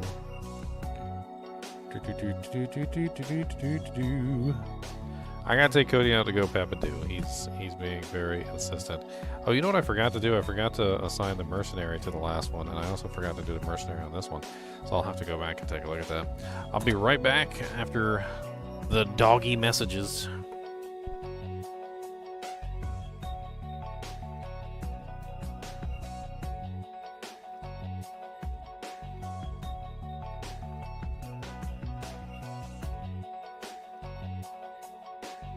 Mr. Goody Two Shoes, Mr. Goody Two Shoes. Ginger Evil Mentor here. Why bother farming when you can go to MMOEXP.com and simply purchase your items and gold? GGM would have you farm the items. What a pathetic being. Use code GEM Ginger Evil Mentor for 6% off your entire purchase. And don't tell Ginger Gaming Mentor that I was here.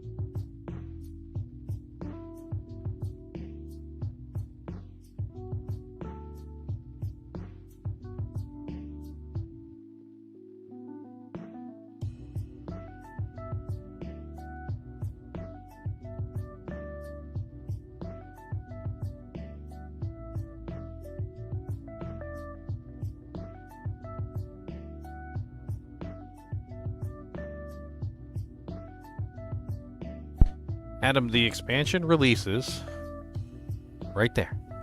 3 days, 2 hours, 23 minutes, and 55 seconds exactly. That is when it releases. Right there. Up there at the top of the screen. You see it? All the way up there. All the way up at the top. All the way to the tippy top. Tippy top. Tippy tippy top top tippy tippy top top top tip top tippy tippy top. Tippy tippy tippy tippy tippy tippy top. 3 days, 2 hours. 23 minutes and 16 seconds.